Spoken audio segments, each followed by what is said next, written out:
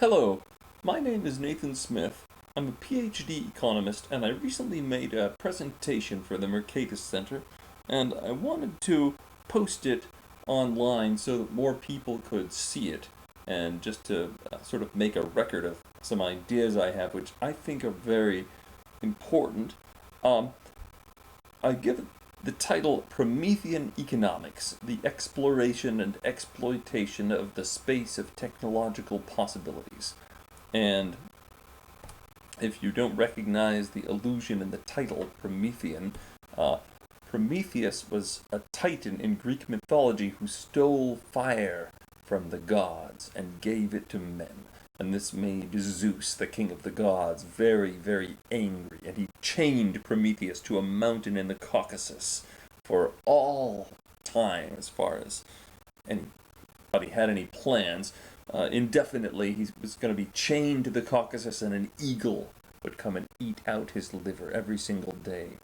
And it would grow back, so it could be eaten out again. This exquisite torture that Zeus planned for Prometheus as vengeance for his giving fire to the human race.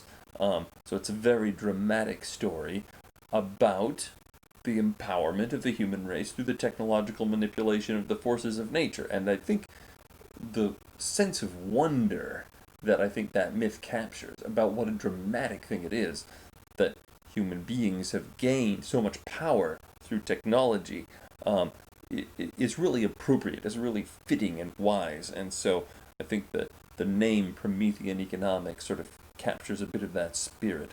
I'm going to try to shed light on why that happens, what it means, and of course a lot of people have thought about this before, but nonetheless I actually think I have a pretty new and insightful take on it, which may even seem a little bit obvious after I present it. But so to some extent I want to actually split the research question into two. One is what economists call endogenous technological change. This is pretty jargony. Endogenous means that technological change is coming from within the economy. You could contrast this with exogenous technological change, which would be as if technological change comes from just something different. And that's plausible too. You could figure, well, the culture just goes on, doesn't have that much to do with the economy. Sometimes people take an interest in science, and then there's a spillover that it creates new technologies, and then that makes the economy richer, but the economy is just the beneficiary of this, not a contributor to it. But while that may sometimes happen, I think it's much more plausible in general to think of technological change as something that's driven by the economy to a considerable extent. Especially since the Industrial Revolution, very frequently inventors will be looking to patent their inventions and then make money. So endogenous technological change is this idea that economics should really be able to explain what technology is and why it progresses. In general, the economy tends to grow over long periods of time. We're a lot richer than our ancestors were. Why is that? Well, there are quite a few reasons, but certainly a central part of the story from almost anybody's perspective, I think, is technology. New ways of doing things, new knowledge, new methods, and so forth. And an economist named Paul Romer, who's actually a Nobel Prize winner, I take a paper that he wrote in 1991 still to be kind of the cutting edge. I think there's been a good deal, obviously a lot written since that time, but I think he really had some insights there which have never really been eclipsed. And I take that as my starting place. But within Romer's model, there's a concept that I think he just calls a production function, and that's what usually economists describe it as. But I think it needs a bit more grandiose of a name. I'm going to call it the space of technological possibilities. And in Romer's model, it's very stylized and symmetric. And a part of what I'm going to be trying to do is make it more realistic, make it more somewhat arbitrary, the way actual technology is, and um, and show how economics can deal with that, rather than just getting stuck as soon as reality gets it all complicated. Um, so, so part of our task, I think, is to define what technology is and to explain why technology progresses faster or slower at different times. So that's one part of the research question. Endogenous technological change. The other part is international development. Why are some nations so rich and others so poor? And something interesting happens here, which is that the explanation that is used to explain why the present is rich and the past is poor, technology, that's the main explanation anyway, it really doesn't work for international development, because once something's been invented, that knowledge is what economists sometimes call a non-rival good. That the design, the idea, can be used over and over and over again without any marginal cost to it, to spreading the idea, and at least in theory, but to a considerable extent of practice. And I think I mean, a lot of poor countries today, they'll still have cell phones and whatnot. But they're still poor, even compared to, say, the United States 50 years ago when it didn't have cell phones. So technology doesn't seem to be very plausible as an explanation for international development, and so economists will tend to say institutions. That's kind of the most fashionable answer, but it's pretty vague. Sometimes people talk about culture, sometimes people talk about genetics, but all of this in some ways is a bit outside the scope of economics. And so in some ways it's kind of kicking the ball into another discipline's court almost. So it seems to me awkward to have one story about comparative development over time and another story about comparative development over space. To say that technology is the reason the economy has grown over time, but institutions are why some poor countries are left out of it. Well, if institutions are so important, maybe rich countries could use institutional improvements too. So I kind of want to integrate these things a little bit. You'll see how I do that as I proceed. I should say, the ideas that I'm championing here, they have plenty of forerunners. Xiao Kai-yang is an economist who wrote for quite a few years with titles like Specialization and Economic Organization, a new classical microeconomic framework, economics, new classical and neoclassical frameworks, economic development and the division of labor. I think you can kind of tell the ambition of what Xiao Kai-yang was trying to do from some of these titles. He really had a whole alternative economics that he built up. And I like it a lot. I think it's pretty cool. I'm very sympathetic to it. But I don't think it had a huge amount of impact, ultimately. Somehow it didn't quite penetrate to the mainstream.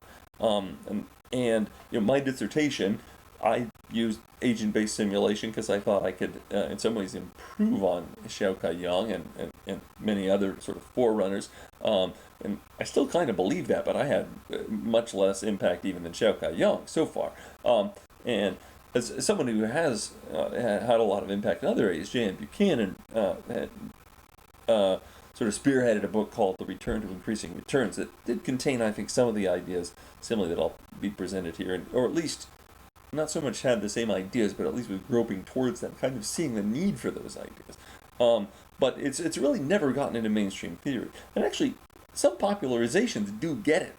Matt Iglesias' recent book, 1 Billion Americans, actually channels a lot of these ideas. He kind of gets it. But it somehow hasn't been formalized and hasn't quite become mainstream. And so I'm sort of trying to break through one more time, like make this achieve the breakthrough that wasn't. So anyway, I have to talk a little bit here about theoretical methods. A lot of different ways that economists do theory. Sometimes they just use verbal arguments. Austrians tend to like verbal arguments best, and there is a sense in which verbal arguments have fewer blinkers than other methods, that they really can cover the most ground of anything. But they're slow, really slow. You've got to write a long book. There's a sense in which I think Adam Smith's long Wealth of Nations book, much of the key points of it are actually captured in the kind of classic supply, demand, and market equilibrium graph.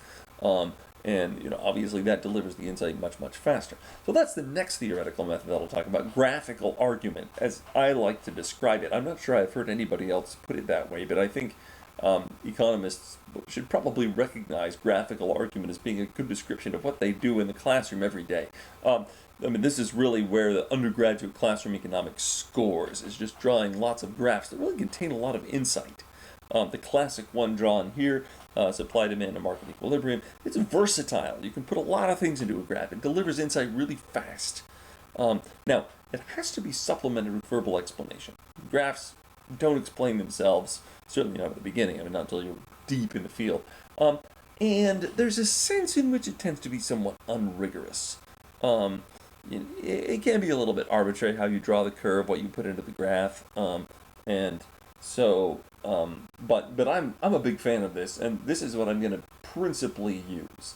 I think this is where economists score in the classroom. The revealed preference of undergraduate students for economics, really shows the strength of this method, and I think, hey, let's go with it. So next I'll mention mathematical equilibrium modeling. This is dominant in grad school, dominant in scholarship. It's got a kind of elegance about it, and it seems like it's rigorous. But the thing is, it tends to have major blind spots that it just can't get past. Mathematical equilibrium modeling depends on solving the model. The theorist acts as you could say, the invisible hand, in Adam Smith's language, or the Walrasian auctioneer, in the language of Leon Walras. The economist solves the model. They play this central role, and they have to make a bunch of assumptions in order to make it solvable. They have to assume things like perfect information, things like perfect competition. The world doesn't really work like that. I think in spite of the unrealistic assumptions, there is quite a bit that can be usefully demonstrated using this method, but it's been done. It's really tapped out. I don't think we're going to get more insight from this source. I think it's by now it kind of gets in the way as much as anything. Agent-based simulation is a method of which I'm a big fan. I think it has the potential to just totally eclipse mathematical equilibrium. I think it can be more rigorous. It can be more versatile, more realistic. This idea of methodological individualism, which neoclassical economists tend to adopt as kind of a slogan. Agent-based simulation has it in spades. It's much superior, but it's really laborious. You have to learn how to program computers. You have to write extensive code in order to make a model work, and other people have to understand it somehow. And sometimes you can do cool visuals and stuff in order to help, but I think this is just too laborious to achieve scholarly critical mass for the foreseeable future. And the last one I'll mention is game theory. This is well known to economists. I think they tend to use it in I.O. I think it actually can deliver a lot of basic insights about institutions, and I'll show some of that in the presentation today. So what I'll be using today is graphical argument and game theory. Although some of the insights I'll be showing in graphs I actually got from agent-based simulations that I programmed years ago, but that'll all be in the background. But what you'll see in the foreground are graphs and game theory. So let me start with the graph that everybody knows. So supply, demand, and market equilibrium. Now, the point I want to make here is that this is not as realistic in general as economists sometimes tend to think. There's some things that are a little odd about this. For one thing, there are no inventories. And another is that the supply curve slopes up, which, why should it actually do that? It's something that's sometimes called the law of science. If you do the same thing, you should get the same result. So if you can produce, 50 widgets for $10 per widget. Why can't you produce another 50 widgets for $10 per widget? Why does it have to get more expensive as you produce more? That doesn't seem to make sense. Unless you're dealing with some sort of just fundamental scarcity. And so, for natural resource markets, for markets for the factors of production, I think this model's fine. But for consumer products markets, I think it's not very good, because consumer products markets almost always will be using a tiny share of any of the factors that go into making them, so there's no reason the supply curve should slope up for them. In the short run, I would rather drop this kind of thing on the board. I mean, in an undergraduate classroom, I'd rather draw this than the classic supply and demand curve. You know, what's the difference here? You've got supply, demand, but then we also have a sales curve, and the sales curve is to the left of supply and demand.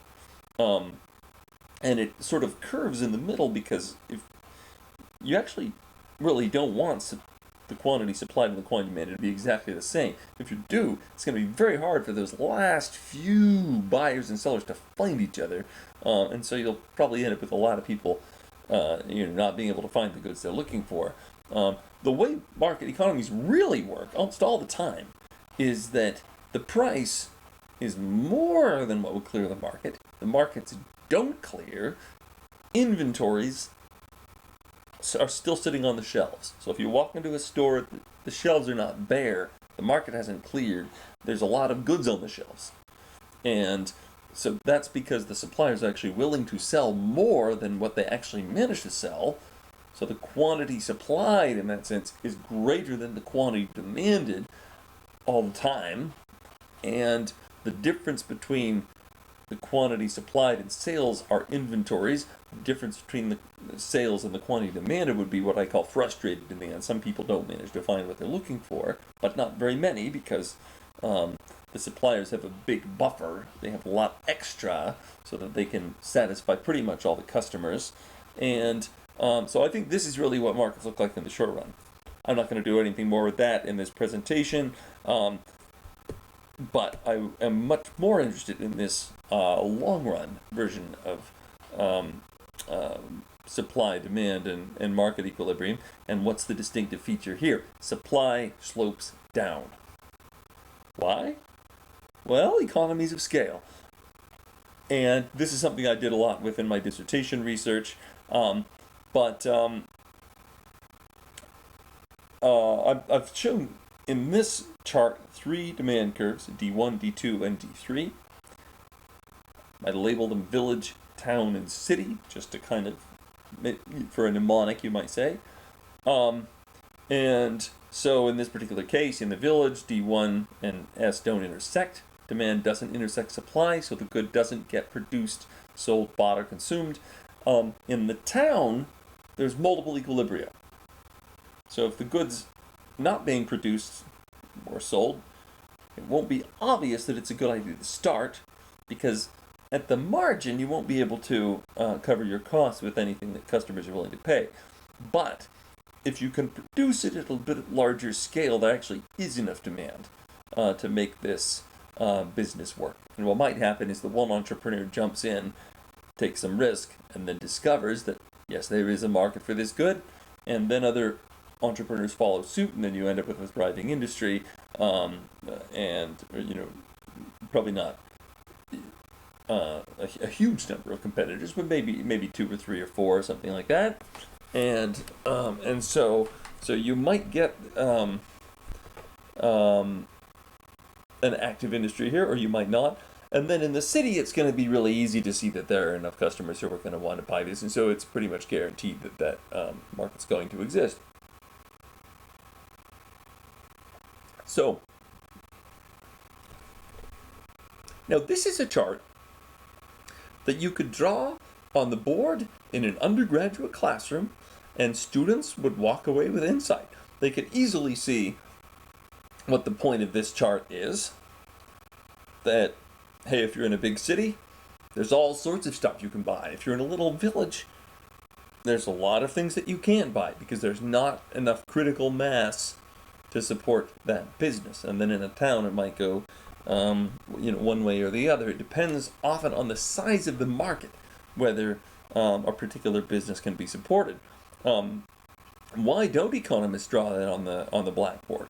They don't because they have scruples about drawing a downward sloping supply curve. They think the downward sloping supply curve doesn't make sense. So let me show you why it does. Microfoundations of the downward sloping supply curve. So here you can see in the upper left frame, I've got sort of the static equilibrium, so to speak. Downward sloping supply, downward sloping demand, they intersect at a certain point, that becomes the equilibrium price. Let's zoom in to the level of an individual firm, and that's in the upper right frame. So for the individual firm, they see a demand curve that is a lot more elastic than the market demand curve. It's a lot flatter because the market demand curve shows for all firms, and so if a customer doesn't want to buy the good at all, they can't buy it somewhere else. It's just so at that point, their utility is what's driving it. They're no close substitute. If you're thinking about for an individual firm, well, now the customers have lots of similar sellers to choose from, so that makes the demand curve flatter, but not infinitely flat. And this is really important. The elasticity of selective demand, as the saying goes, that's the measure of the flatness of that demand curve, is typically not infinity, as is assumed if you're going to talk about perfect competition, or if you're going to talk about price taking. When you look at it empirically, this is more likely to be something like 2, or 1.5, or 2.7, or maybe 5, but it's not infinity. So that means that firms actually have some pricing power. They're not price takers. They do have some choice, and they'll typically pick a price where it's a little bit above their average variable cost, so it gives them a little bit of a return so they can cover their fixed costs. Competition should ensure in the long run that firms aren't going to make a huge amount of profit. They can cover their fixed costs, but not a whole lot more than that. Where fixed cost includes capital and a basic return on capital. And so now, okay, let's take a dynamic version. We'll go down to the lower right. Now we see 3 demand curves because we're assuming that demand could increase to dx2 from dx1, or it could decrease to dx3. And when I say increase and decrease, it's actually a little more complicated than that. At dx2, you could potentially sell a lot more, but you also can't sell as much at the price that you were charging before. The curve is flatter, but it's also lower. So why is this? Well, there's a couple ways to think about it. One would be that the market has gotten bigger. That means there are more customers that you can capture if you can be price competitive. But it also means that all your competitors are benefiting from economies of scale in this larger market, and that's reducing their costs. You can see the economies of scale in the shape of the AVC curve. That's average variable cost. It's going down. That shows that there are economies of scale in this business, as there are in many, many production processes. And so as the market gets bigger, then all the producers can scale up a bit, and that lowers their unit costs. And so that's what you see in dx2. Now dx3 goes the other way, so that's if the market shrinks, so people are getting less economies of scale and they have to charge more. Another way to think about this is that that as demand shifts, then it has to continue to be the case that revenue minus variable cost is about equal to fixed cost.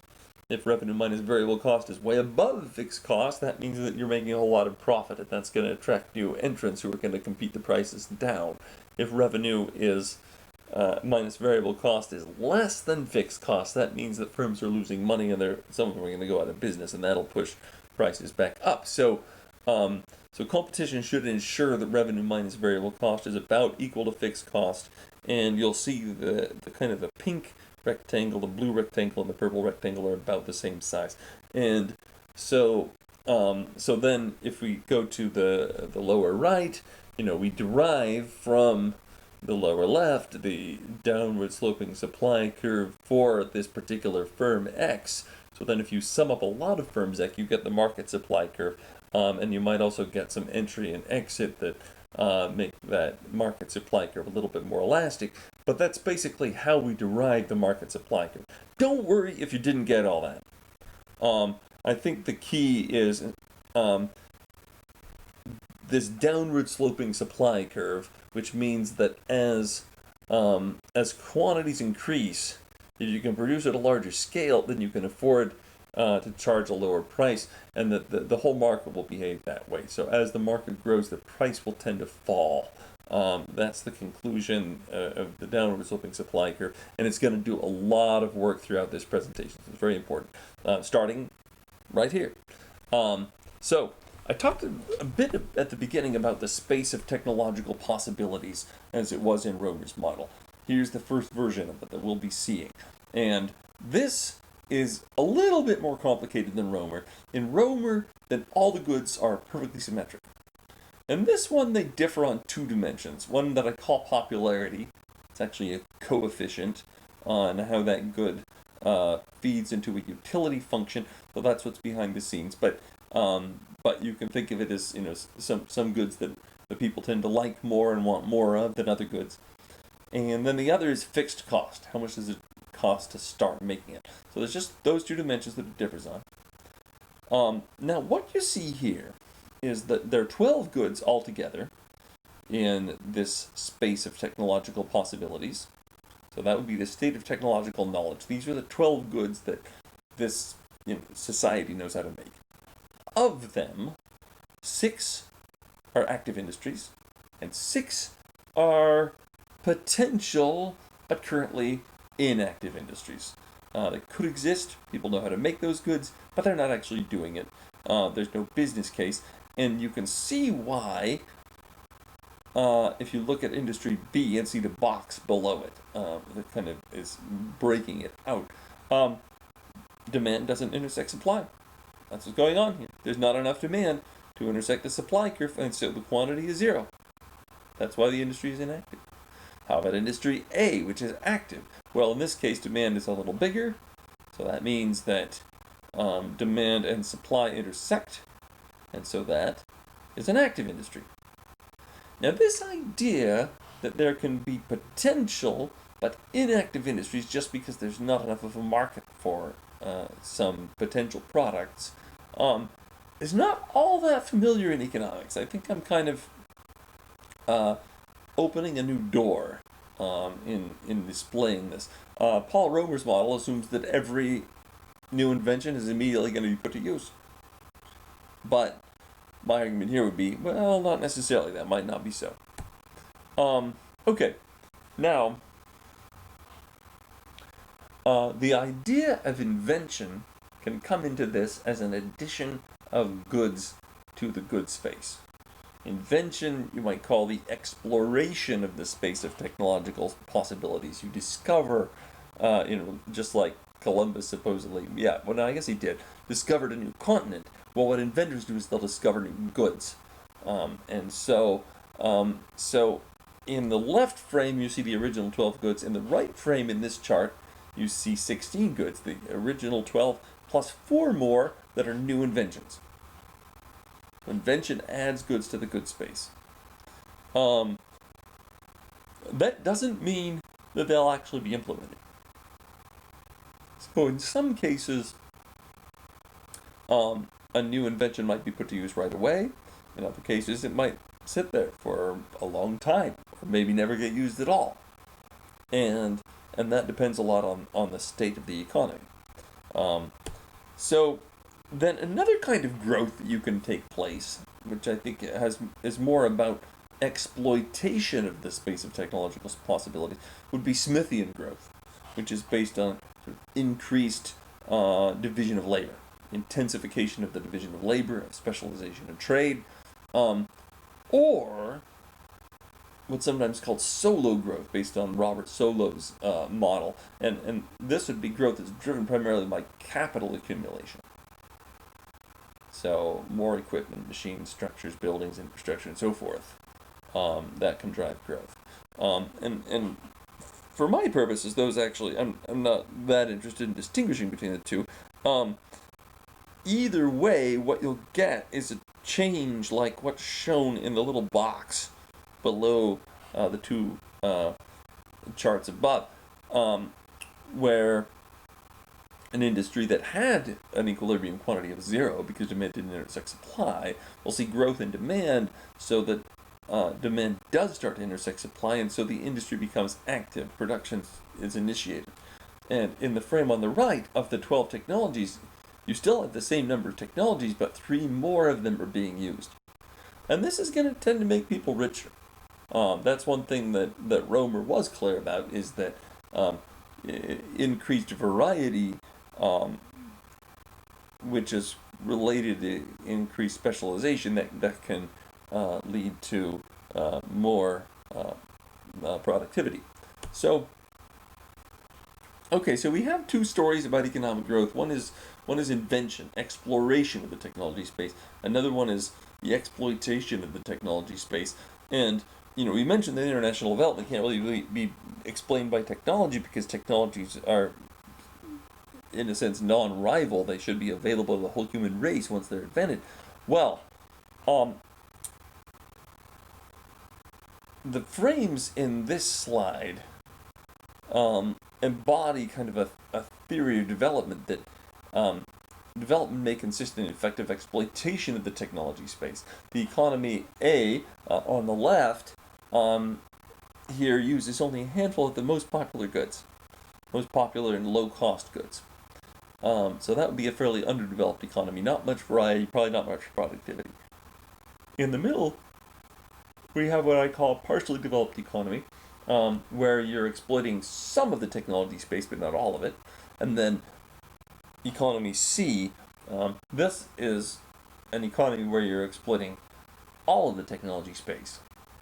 And it's an interesting question whether this kind of economy has ever actually existed, or whether the rich countries of today look something like economy C, or do they look like economy B, with a lot of potential technologies, known technologies, at least technologies that are known to engineers, being unexploited because there's insufficient market size. So that's an interesting question. Could be policy implications here. If you think you're living in economy C, the only thing to do is to have more R&D, more invention. But if you think you're living in economy B, there's actually a lot of scope to grow, just through greater division of labor and accumulation of capital, and maybe some kind of institutional improvements, and that may be the best way to unleash R&D, because the returns to R&D depend on the state of development of the economy. Inventors in economy A are probably not going to get anything. Probably none of those goods are even going to be implemented in that economy. In economy B, one of them almost certainly will, and another one might be, but 2 probably won't. And then in economy C, they're all going to get used, because that economy is using all the technologies that are available. So this is, in a way, I think, a promising theory of comparative development, that sort of effective market size is too small in developing countries, and ends up leaving them, producing only some of the most basic goods. But we'll circle back to that. So one takeaway here is that there's a certain amount of diminishing returns that applies to both Smith-Solow growth and to invention. This is very well known for Solow. It's long been understood that if you have economic growth that's just driven by capital accumulation, then you'll get a higher and higher cost of maintaining your capital and replacing depreciated capital, until eventually you can't grow anymore, because this task of maintaining your big capital stock is just absorbing enough of the surplus that you just can't keep growing. With Smithian growth, something similar would probably occur. I mean, certainly at some stage, if everybody's completely specialized, you don't have any more scope for specialization and trade. Probably even before you get there, you'd run into some serious constraints on having people specialize too much and trap themselves into small markets and so forth. So there's diminishing returns that apply to both of these. Now,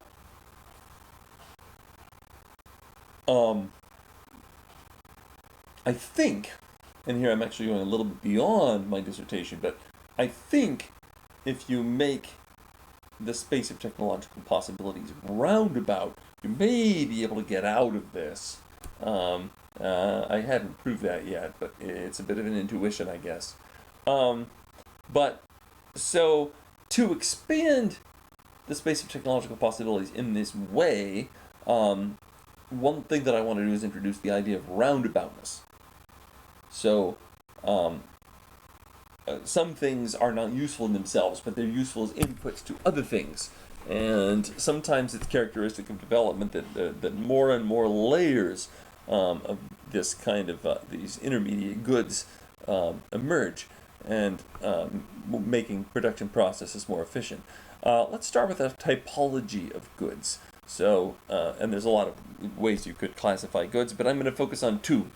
One is whether goods are natural or man-made, and the other is whether goods are consumable or what's sometimes called higher order, as the Austrians like to put it, where they derive their goods character not from being useful themselves, but because they can be inputs to other goods that are more useful. So some examples in the category of natural and consumable, these would be things that you can kind of forage for. So huckleberries, wild strawberries, wild caught salmon, or things like fresh air and sunrises that can't even be bought and sold. But those would be in the upper left corner, natural and in some sense consumable. Now, in upper right corner, this is where we have raw materials. So these are things that are available from nature, but they're not useful in themselves. They're just inputs to production processes. So bauxite, logs, river water, arable land. These would be some examples. Maple sap is an example too. And so then, if we go to the lower left, this is consumer products. These things cannot be had just from nature. They have to be produced, and they're consumed directly by consumers.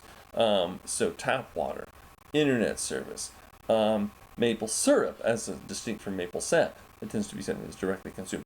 Strawberries, and then I would highlight things like cars and computers when they're for personal use. So sometimes the same good can show up in multiple categories here.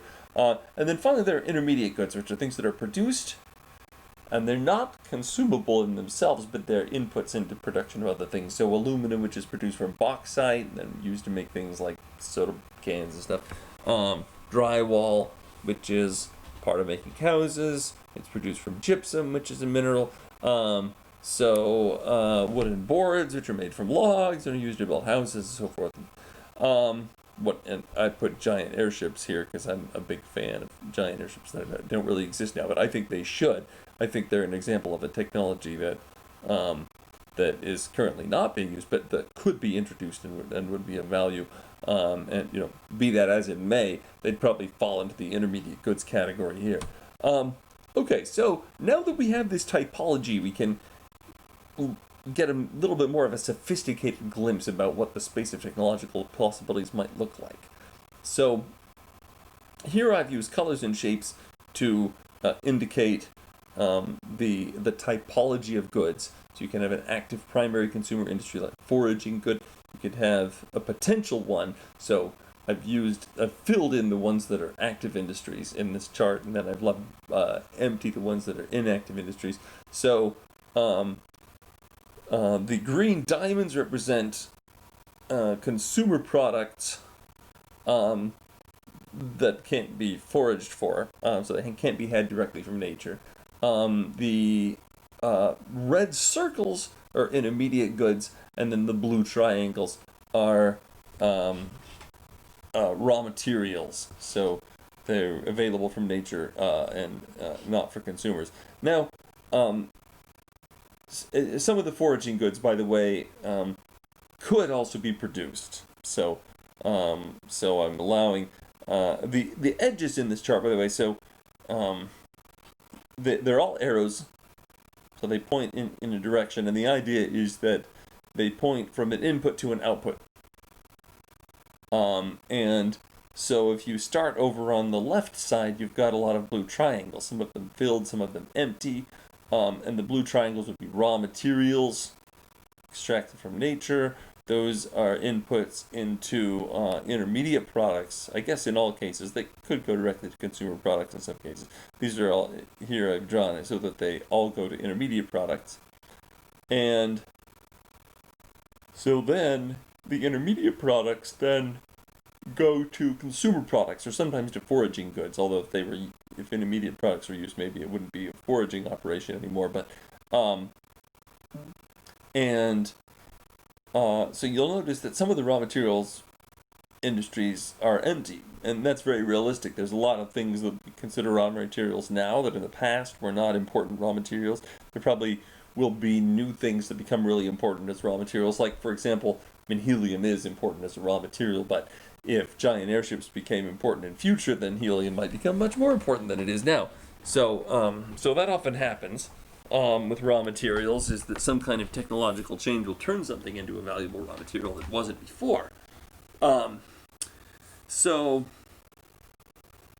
of intermediate goods that are not being produced, and for all of the goods here, the same story is going to explain why they're inactive, given that they are known about. So everything in this chart is something that is it's in the space of known technologies, but the ones that are inactive would be ones where the demand doesn't intersect the supply. So,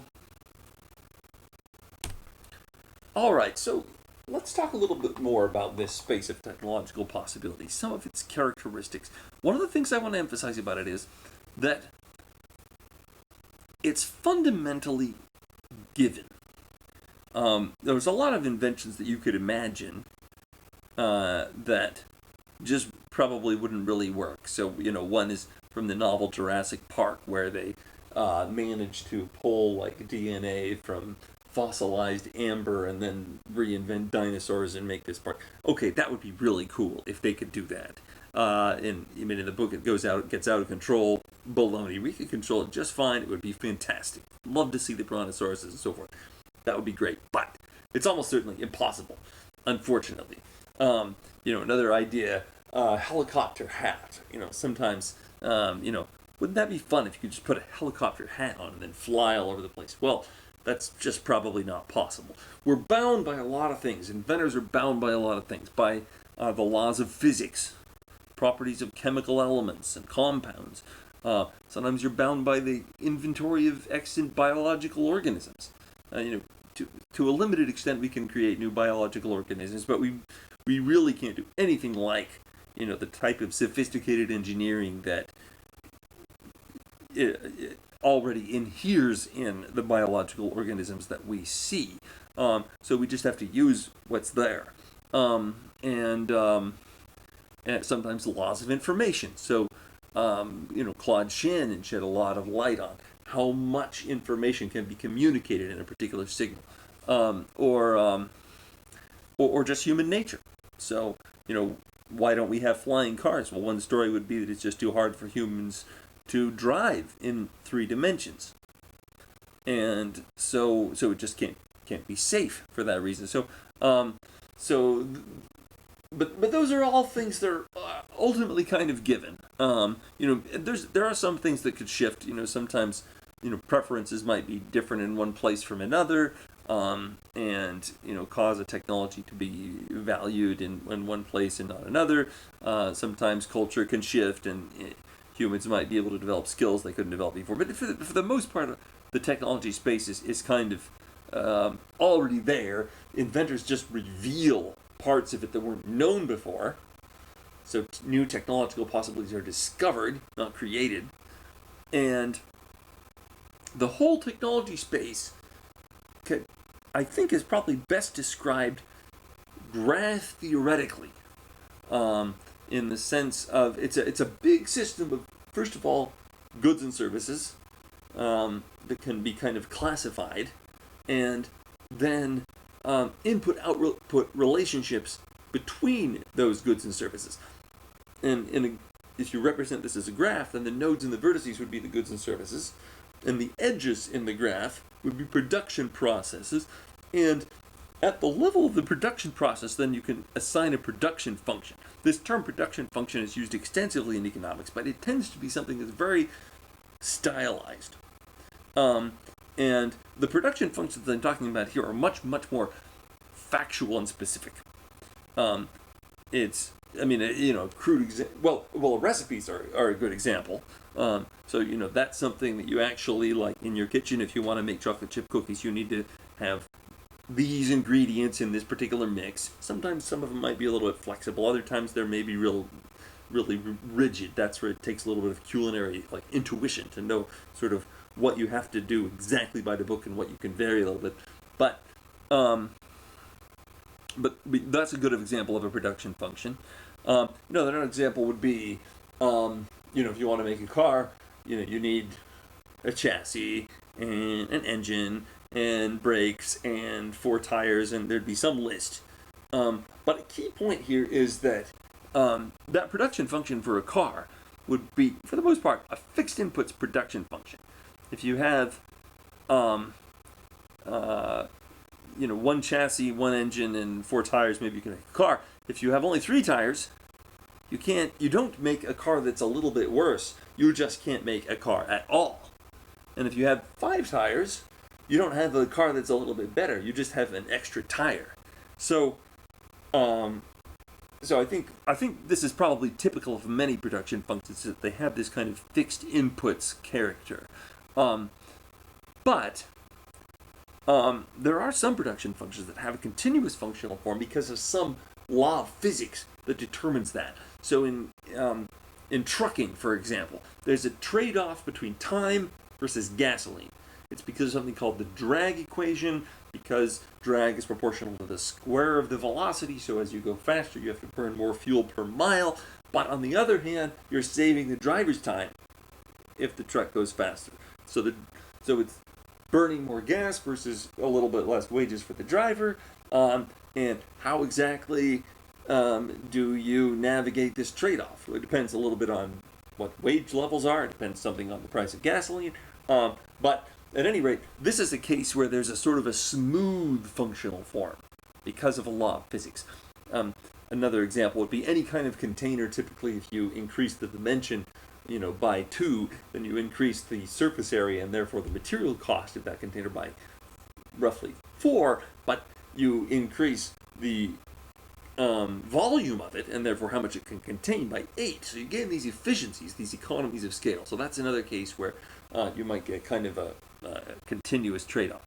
So now when economists write down continuous functional forms like y equals k to the a L to the B, this is a common one, or sometimes alpha and beta, then this I think is somewhat legitimate. The reason why is because at that point you're lumping lots and lots and lots of different goods together into things like output and capital, these broad categories. And the actual production functions that are kind of like physically true, actual technological facts, those have more of this fixed inputs form usually, but there's kind of a high granularity, discrete technical substitutions that will be taking place as the relative price of capital and labor changes. And so that's what makes these kind of like stylized production functions somewhat legitimate. But in a sense, they're a lot less true than the sort of factual relationship, input-output relationships that exist in industry. Anyway, so I want to give a few examples here of sort of concepts that fit neatly into the space of technological possibilities. That I think sort of phenomena that may be somewhat well known, but that gain a particular clarity in the light of the space of technological possibilities. So, first example, foraging gives way to production. So you have some good Y, and you can get it straight from nature. You can go out and gather it. And if you're just going out and gathering it, then the production function would be Y equals L. So 1 unit of labor gives you 1 unit of this good Y. But if you have a particular intermediate good called X, then a new production function kicks in, which is that now for every unit of labor combined with 1 unit of X, then you get 10 Y. So a little bit of X makes labor 10 times more productive if you're producing Y. I think this is a really important story. In a sense, this is the whole story of the shift from hunter-gatherer lifestyles to agriculture. That you've got these kind of these extra intermediate goods put into the production process, things like seeds, fertilizer, plows, arable land, and so forth get added into the production function, and you get a lot more output for your labor. Here's another example. So obsolescence. I would note obsolescence is something that's not in Romer's model at all. It doesn't fit in his story. Well, in this context, we can see what it means. So let's suppose again there's another good Y. This time it's a consumer product, and there are 2 intermediate goods that could be used to make it, X1 and X2. The production function for the process that uses X1 would be Y equals min L, comma X1. In other words, you can, if you have 1 unit of labor and 1 unit of X1, then you can produce 1 unit of Y.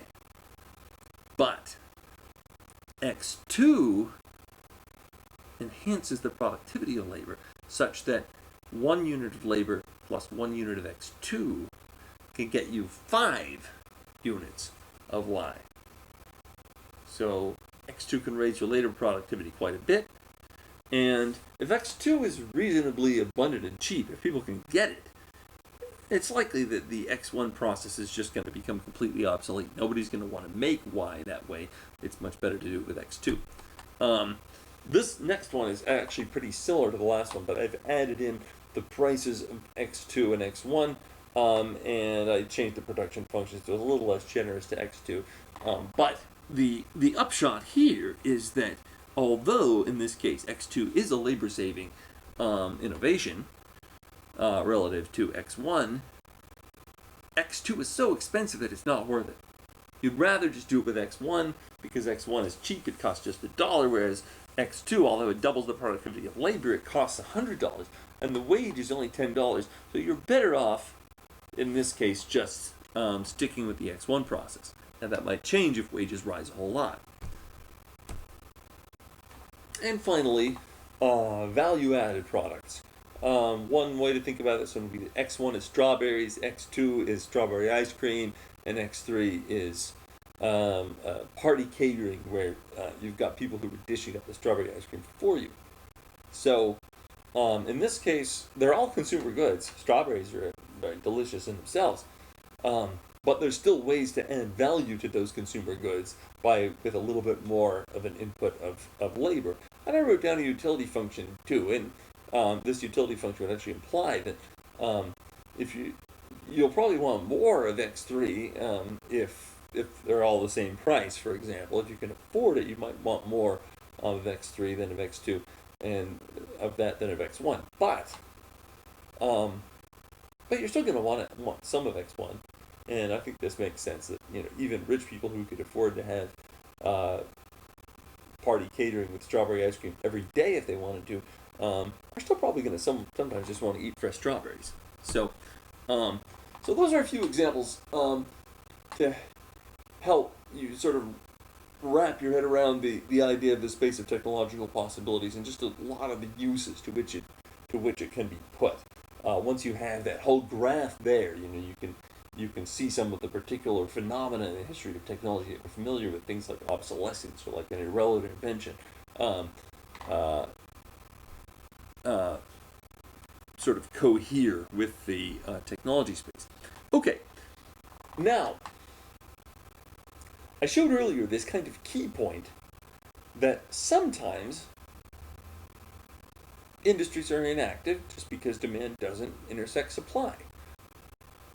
Another way of putting that is there's not a critical mass of demand to cause that industry to be activated. So how do you get there? How do you more fully exploit the technology space by increasing the demand for lots of goods such that a lot more industries are introduced? That's the focus of the next section. So it relates to market size and specialization, but you'll see as we go forward. So this is pretty much the same as what you've seen before. You've got three demand curves, D1, D2, D3. You've got a downward sloping supply curve. Now the point that I want to make is that population growth, improved logistics, or increased specialization can all increase the critical mass and induce the emergence of an industry. Most goods and services are produced if there's enough of a market to cover the fixed cost. Now, in thinking about critical mass, what I want to start with is a concept of simple market size. And there are a lot of things that can feed into this, like just the size of the population, how urbanized is the population is very important for some products. The portability of a specific good or service, the more portable it is, the larger market you can reach. The storability, perishability, so that enables it, for one thing, to go long distances. It also allows production to be concentrated at certain times, if that's helpful. Logistics and transportation, how efficiently are you how efficient are you at moving goods and people around? Infrastructure can affect it. Terrain sometimes even can affect it. So, living in really hilly, mountainous countries, it's harder to build roads. It's more expensive to bring things to you. It might be harder to have a thriving economy in some very mountainous, rugged place than it is in a flat country there. It's easy to build roads. Communications can be important. Sometimes that's actually how the goods are transmitted if they're informational products, or sometimes it can be facilitating transactions. And then just wealth and capital. How wealthy are your people? The wealthier they are, generally the greater sort of the simple market size they'll have. But the next point I want to make is that just having simple market size doesn't really guarantee anything. So if we compare, and I've got two economies represented in this slide. The one on the left is one where you've got 8 people, but they all kind of work as sort of jacks of all trades. They just try to meet their own needs. They do whatever it takes. They'll try a lot of different skills. They probably won't be very good at anything, but they manage to kind of eke out a subsistence living by being kind of jacks of all trades. Now, on the right, I have an economy where there's a specialization. Everybody does their own job, and then they produce a surplus of whatever it is they're making, which then they can sell to exchange for other things. So this is all about specialization and division of labor in this model. And there's lots of trade. In the jack of all trades autarkic economy, there's no trade. In the specialization division of labor economy, there's lots of trade. And so the simple market size may not really help you out much at all if people have kind of autarkic lifestyles. You may have a substantial market in principle, but all those people are just doing their own thing, and so they're not really available customers of something that you might want to sell them. So what we'd like to do is turn places like the left village into places like the right village to facilitate a productive specialization division of labor, and that will may actually provide the critical economic mass that's needed in order to activate different technologies. So,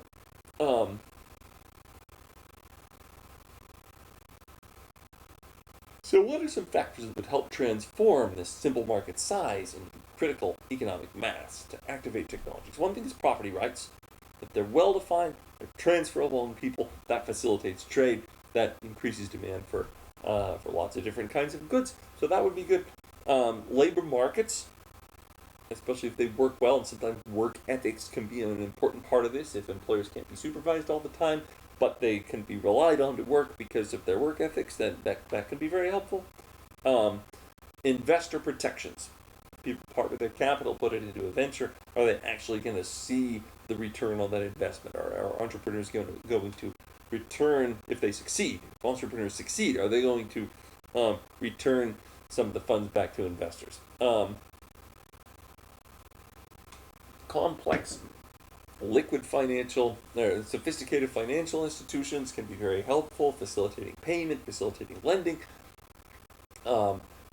Transactionally efficient markets, hopefully liquid markets, in which to buy and sell things can be very helpful. Might encourage specialization. Large, well-run business organizations can be very important. Big corporations they preside over very complex networks of specialization and help to maintain it. Sometimes standards are helpful, so that it helps people to know what they're getting if they buy something, and then it helps different types of products to be interoperable, to kind of work together. A simple example would be stacking cups. So if all the cups are roughly the same size and a certain shape, they may stack in your cupboard. And there's many examples of this. Chargers and smartphones and gauges, railway gauges, I think, were an important example in the past. So standards are important. And then trust. If people trust each other, they'll be willing to transact more. That increases demand, helps to activate production of new goods. And trustworthiness. A lot of times the reason people trust each other may be that in some places people may be more trustworthy than in other places. And then regulations, and I want to mention regulations can go either way. Sometimes they can just create a lot of busy work. Sometimes they might even block efficient transactions. Two people who would benefit from trading with each other are actually prevented from doing so by regulations. That's kind of a failed case. But it can also happen that regulations support trust. So it might be that if you're selling me something, I might not trust you, but I might trust the regulators. And the fact that you're selling it suggests that you got past them, so you can probably be relied on to actually produce this. So sometimes I think regulations support trust. Sometimes they just are just kind of harmful. Okay, so I mentioned that I thought game theory would be useful in illuminating institutions. So let me start with a sort of almost embarrassingly simple example of this: the institution of a simple goods sale. So we can treat it as a game. So let's assume that there's a good that has a value of 15 to the buyer. It costs 5 to the seller to make, and the price is set at 10. Well, if the seller provides it and the buyer pays, then they each get a surplus of 5. That sounds good. Unfortunately, the buyer's best option is always going to be not to pay, because if the seller decides to provide the good, then the buyer's better off. If they don't pay, they get, instead of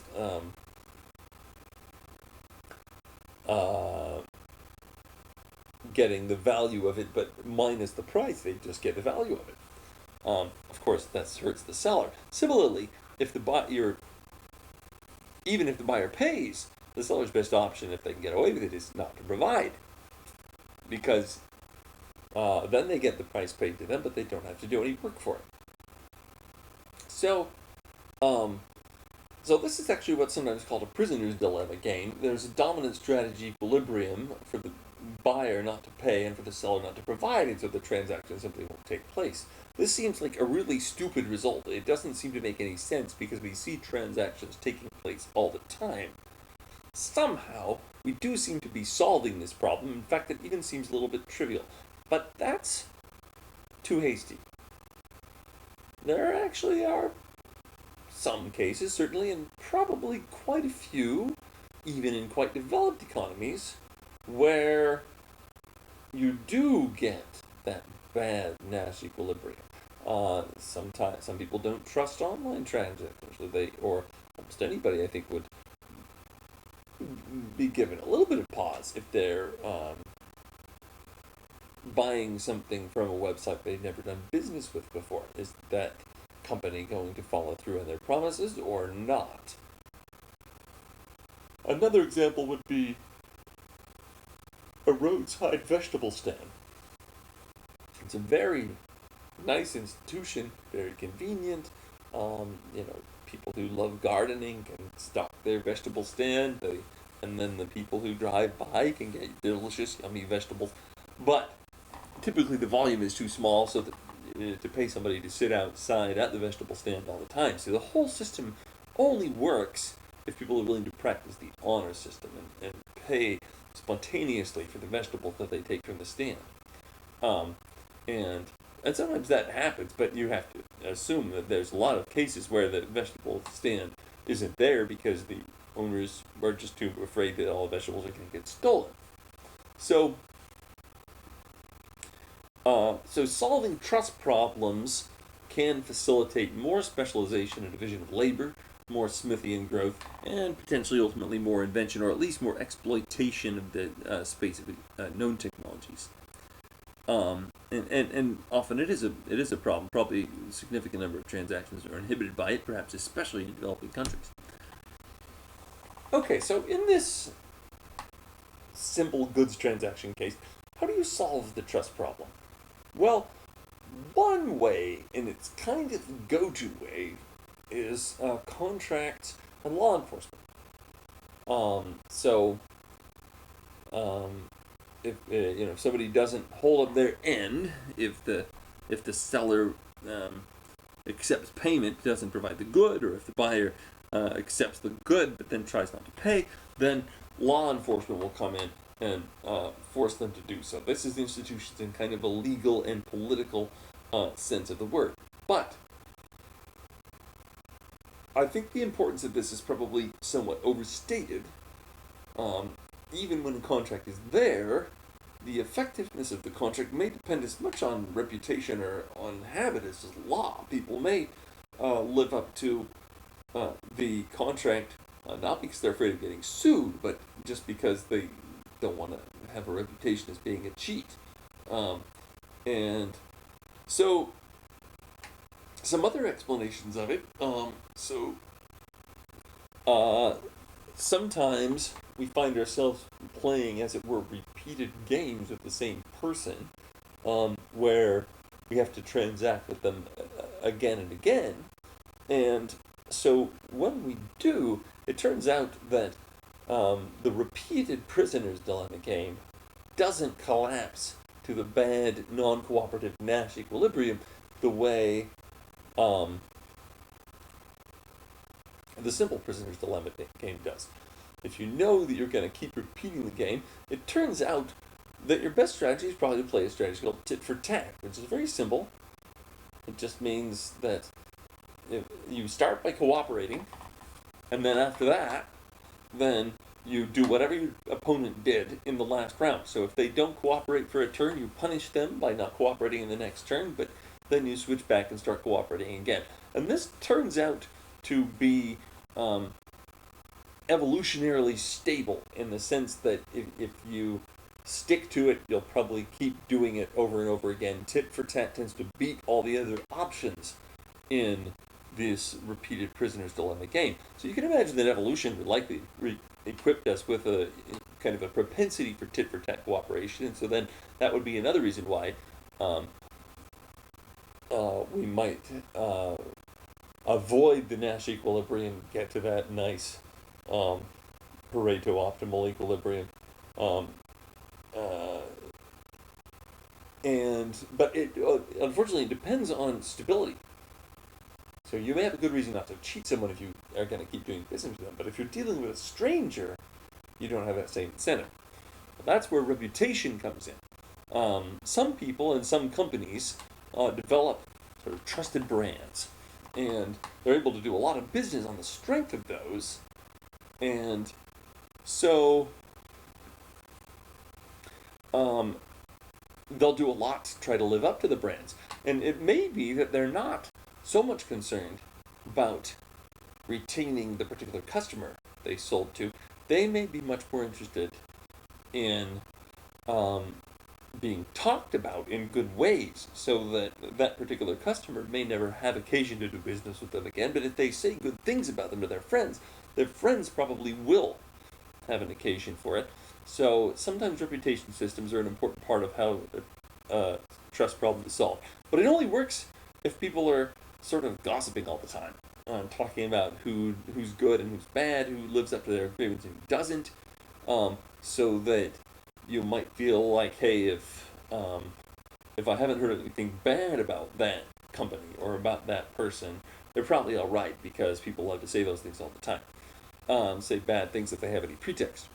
So, and then sometimes some people might just be habituated to following through with their agreements. They don't even think twice about it. And then I think virtue is really important here. And in general, I think virtue is very important in getting people to do the right thing. It's hard to get the incentives right all the time. But if people are brave and just and so forth, then they're more likely to, even without being forced to do so or without being even incentivized to do so. The incentive is in a sense internal. It's they want to be virtuous, and so that's what the incentive comes from. They don't need the external incentives. So that sometimes occurs, I think. Okay. So here's another game, and it has exactly the same form as the goods market game that we saw before. But in this case, then we call the players employer and worker, and it becomes a labor market model. And in this case, the worker's dominant strategy, unfortunately, is to shirk, regardless of whether he gets the job. And the employer's incentive is always not to pay. Or we might say not to hire, but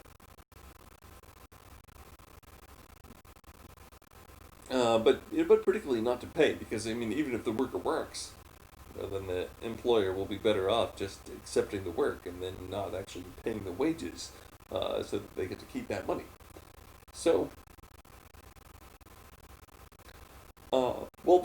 this I think is clearly a serious problem. I think lots of employers are worried that workers are just going to shirk, and they're reluctant to hire because they think that they will get value for money because the workers are lazy, not necessarily because the workers don't have any skills. So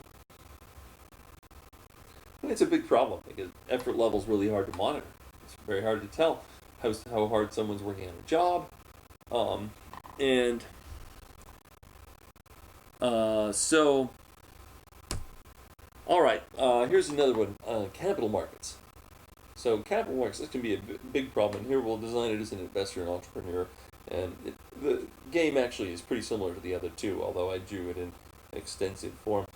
But, so in this case, the investor makes the first choice. They can decide either to invest or not to invest. Some entrepreneur that brought the deal to the investor says that they can make a bunch of money off it. They can double their money, and so they promise to pay some back. Now it's the entrepreneur's turn.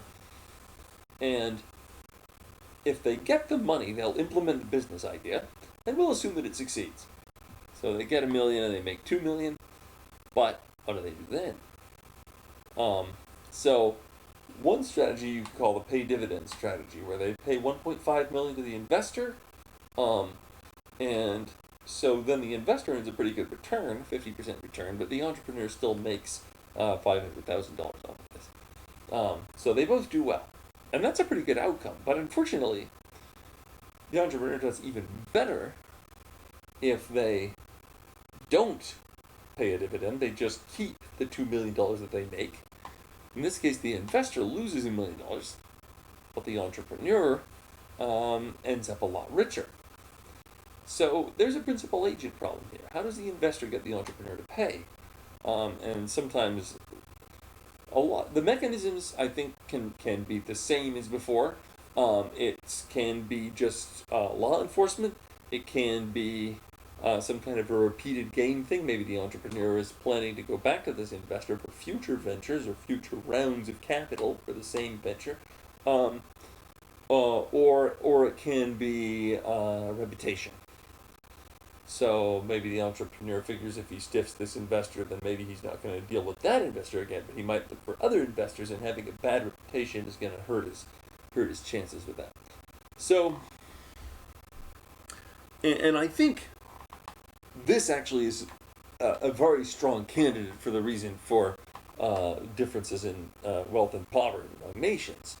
One of the things that the rich countries do right is that they give the investors more protection, whereas in a lot of poor countries, investors don't feel secure, so they're more likely to either send their money out of the country or just sort of hide it somewhere, and they're not going to want to give it to entrepreneurs because there's just very little trust in entrepreneurs to pay them back. Okay, so next I'm going to present a situation that is not nearly as familiar, but it actually has a similar form to this.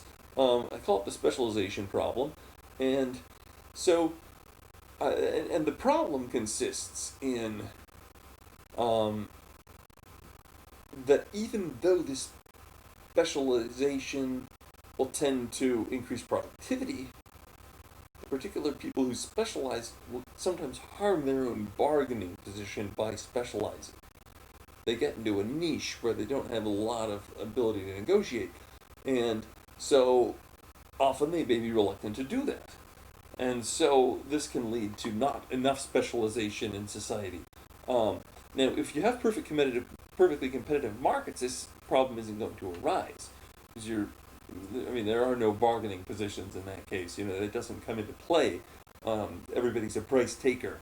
But the real world is a lot different from that paradigm. And so, and there's some literature that refers to, I've already mentioned the elasticity of selective demand literature. I think Holmstrom's team production problem is actually kind of a case of the specialization problem. It's closely related. But I'll give a really simple example to try to make it clear. So, let's assume there are two agents, Robinson Crusoe and Friday. They're two products, fish and coconuts. And so the question we want to ask is, before we can set the game up, there's one more thing we need to settle, which is what are the terms of trade going to be between Robinson Crusoe and Friday. And so something called the Nash bargaining solution, that's from the same John Nash who came up with Nash Equilibrium. He had another interesting idea, which is that came up with the Nash bargaining solution, which is kind of a general way that you can settle what the terms of trade are when you're dealing with two parties. And so I'm going to use that in the background in the game that I show on this page. So here we have Crusoe with two options. He can specialize and catch 10 fish, or he can diversify and catch 5 fish and pick 4 coconuts. Friday has similar choices. He can specialize and pick 10 coconuts, or he can catch 4 fish and pick 5 coconuts. He's a little bit less efficient at fishing and a little bit more efficient at picking coconuts relative to Crusoe. So, okay, so what will happen? Well, what we'd like to have happen would be that Crusoe does all the fishing and Friday picks all the coconuts, and then they trade and they end up with equal amounts of both, which would give them utility of 25. But if either of them instead declines to specialize and produces some of both, they actually end up better off because they strengthen their own bargaining position. So let's suppose that Crusoe's the one who specializes and Friday does not. So Crusoe then comes to market with 10 fish, and Friday comes and meets him with 4 fish and 5 coconuts that he's already picked.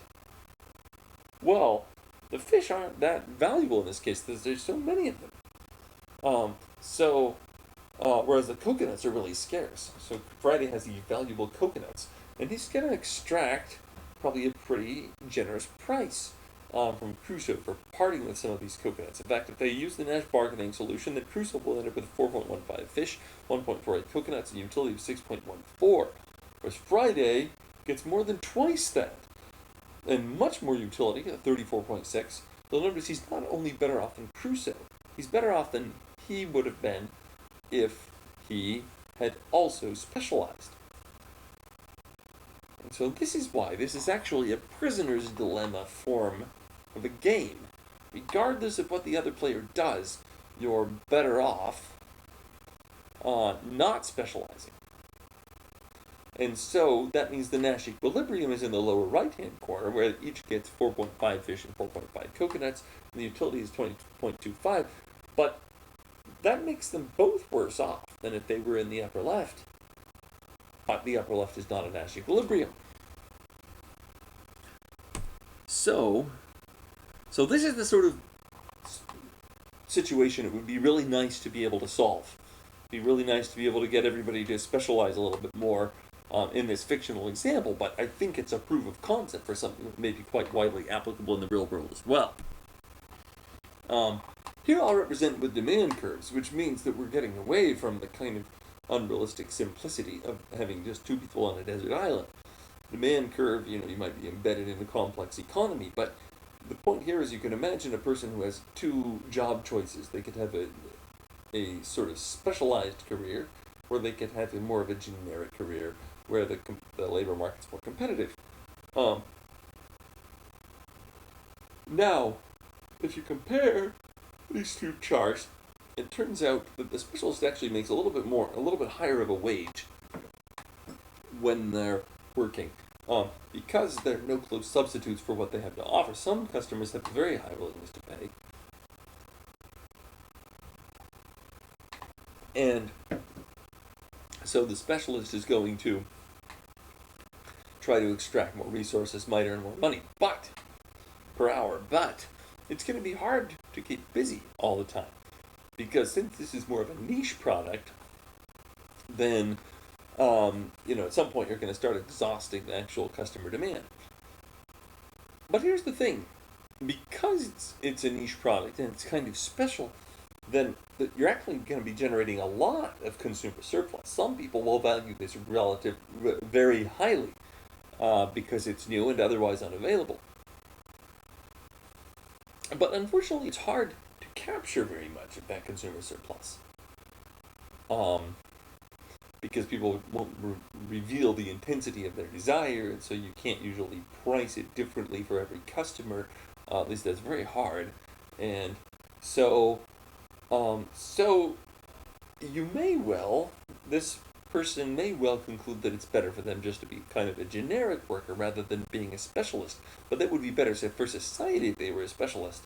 And so I think this is another example of a problem that we can solve. And going back to the reasons, reputation, repeated game, contracts and law enforcement, a lot of this is still applicable, but often this kind of specialization is hard to pin down and turn into something that's sort of formal and legalistic in order to require people to specialize. It's hard to write a contract about this.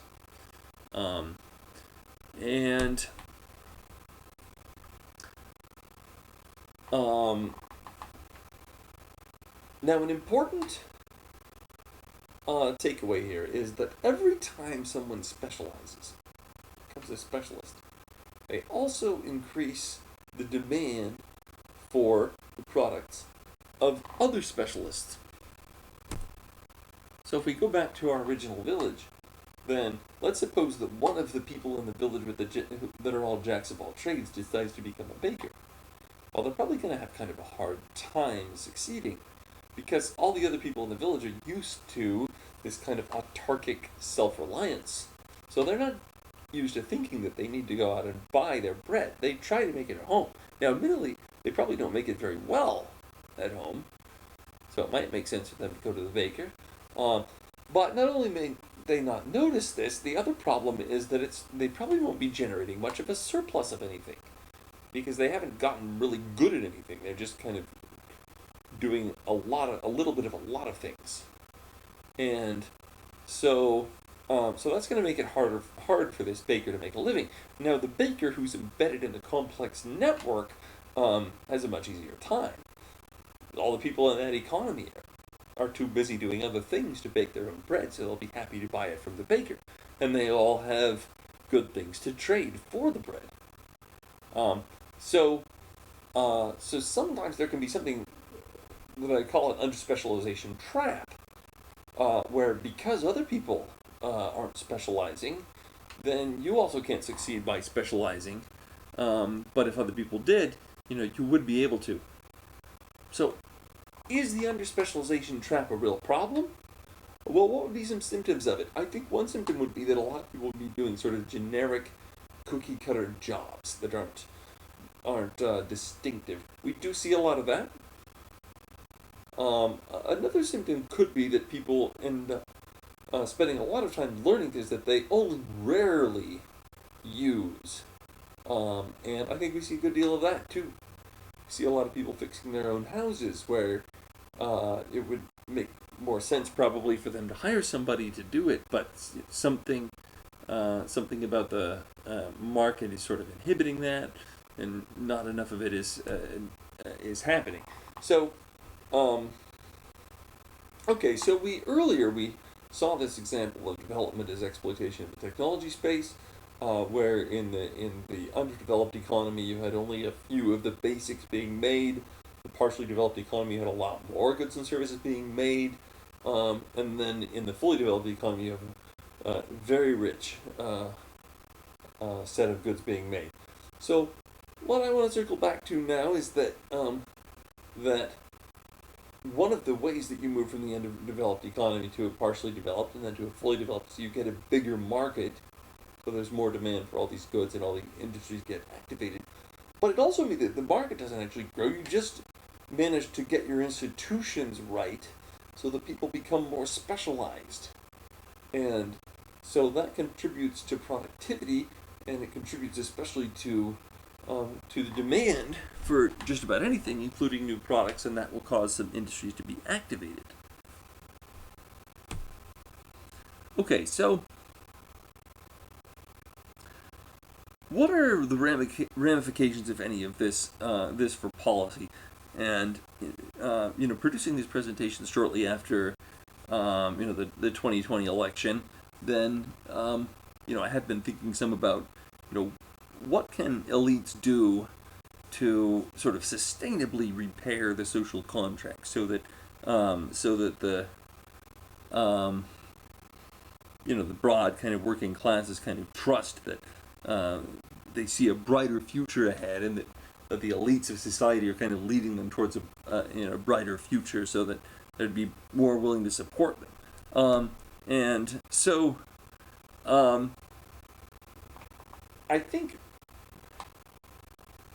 to me, this points to sort of a moderately anti-Hayekian conclusion, where there's a lot of value in kind of planning, or at least trying to figure out what the space of technological possibilities looks like, and then in light of that, having a bit more of a strategy of how you want the economy to grow, sort of what you want the economy to arrive at. And if elites did that, then they might be able to make it, lay out a bit more of a vision that the broad mass of society would feel excited about and be willing to support them in trying to realize. But like when I call it moderately anti-Hayekian, I'm referring to a lot of Hayek's writings where he would talk about the conceit of knowledge. He was criticizing socialism, and certainly rightly so. He figured that a lot of times public sector plans get in the way of private sector plans. Sometimes they do, but sometimes it goes just the other way. Sometimes having a public sector plan laid out can help private sector actors to kind of find their place in kind of the niches of that. This can really go either way. I think Hayek's influences tend to be against anybody trying to come up with kind of a centralized knowledge and a picture of how the whole system works and what the possibilities are, and of trying to make a plan for doing something different because they foresee that it's possible. There's almost a kind of a learned helplessness that, hey, we can never second guess the market. If it were a good idea, it would already have been done. That kind of thing. And what I'm suggesting here is that that elites in society, both corporate, government, academic, nonprofit, and so forth, should be a little bit more proactive and try to figure out, okay, what is the space of known technologies like? What kinds of economies are possible given the space of technological possibilities? And among those, which do we prefer? And if we prefer something that's a lot different from what we actually are living in, then how could we use policies to get to something that we would prefer more? And I think it actually might be valuable, to do a bit more of this kind of strategic thinking and planning at kind of the macro level. Peter Thiel, the entrepreneur, venture capitalist, and kind of public intellectual, author of 0 to 1, he sort of lampoons this as the ethos of indefinite optimism. This is kind of he sees it as kind of a prevailing attitude among elites, where we assume things are going to get better, but we don't make any attempt to figure out how. We kind of assume we're not smart enough to foresee the future. We don't even really try. We just assume somehow it's going to get a little bit better. And so my argument would be more for definite optimism. Let's try to figure out what the bright future actually might look like, and then figure out the way to get there. So again, it's not advocating socialism. There's actually a lot of planning that happens, though, in the governing structures of a capitalist economy like that of the United States. The Federal Reserve does a lot of planning. The FCC does a lot of planning about sort of spectrum auctions, how to allocate spectrum among people, or how to manage the universal service, make sure everybody has a telephone. The FAA maintains lots and lots of airports with grant programs and so forth. They also certify the airworthiness of new craft. Higher ed has to decide what programs to introduce. There's zoning laws. There's highway planning. Where do you draw build the highways? And then states and localities are often engaged in a little bit of planning through sort of business recruitment. So there's a lot of this going on already. Maybe there should be less. There's certainly some of the things on this list, like business recruitment by states and localities, for example. I think it might be better if there was a lot less of that. But I think it would be very radical if you were going to say we should try to reverse all of this. I mean, I think government probably. Most people would think government has to play a role. There's a pretty extensive role that it could arguably play, and certainly that it does play. And all of those functions, to some extent, could be harmonized and could sort of recruited into the service of a positive vision of a technological future that's feasible.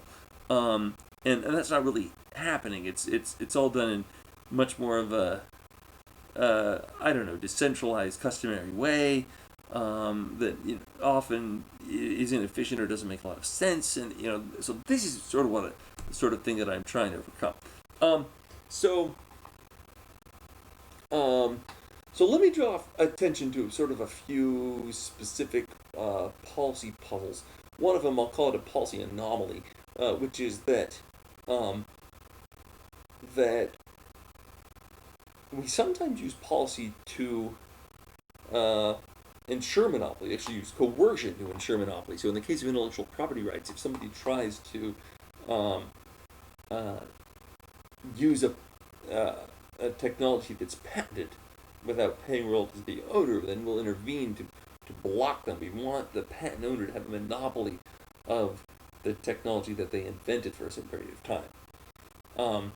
On the other hand, the Department of Justice often uses coercion to break up big companies. So antitrust policy is sort of the opposite of IP, where coercion is preventing monopoly instead of ensuring it. Well, this is a little odd in some ways, because oftentimes it's the same companies that have the IP and that have the and that might be vulnerable to antitrust suits. And I think there's something that's kind of in between these two, where the monopoly is neither being prevented nor is it being guaranteed. it exists just because customers kind of like it that way. Maybe the customers just don't feel the need for a second Facebook or a second Starbucks.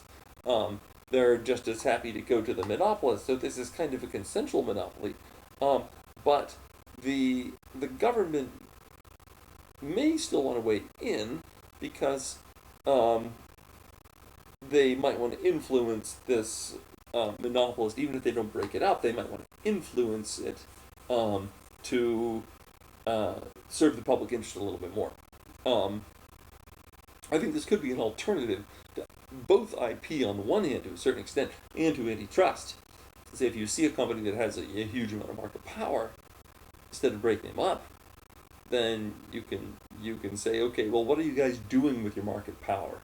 Convince us that it's in the public interest for you to retain this, and we may listen, but we're not necessarily going to tolerate your continued monopoly power if you're just using it purely for extraction of resources from your customers and kind of excessive profits. I think the case of AT&T in the mid-20th century is a good example of this kind of consensual monopoly where policymakers weren't just uncritically allowing it to continue, but rather were monitoring the situation carefully and tolerating AT&T because it was super innovative. Bell Labs was very important in the mid-20th century. This was where the transistor was invented, which powers all of the computers and so forth that we use today. All the electronics is basically driven by transistors, invented by Bell Labs. They also did a lot of the inventions that kind of got the cell phone revolution started. Hugely beneficial. And this was all in the concept of kind of a government-regulated monopoly that had a kind of a captive R&D laboratory wing. That might be a model that we might want to follow more often. Instead of breaking monopolies up, let them stay monopolies, but try to get them to sort of work for the public interest while they're there.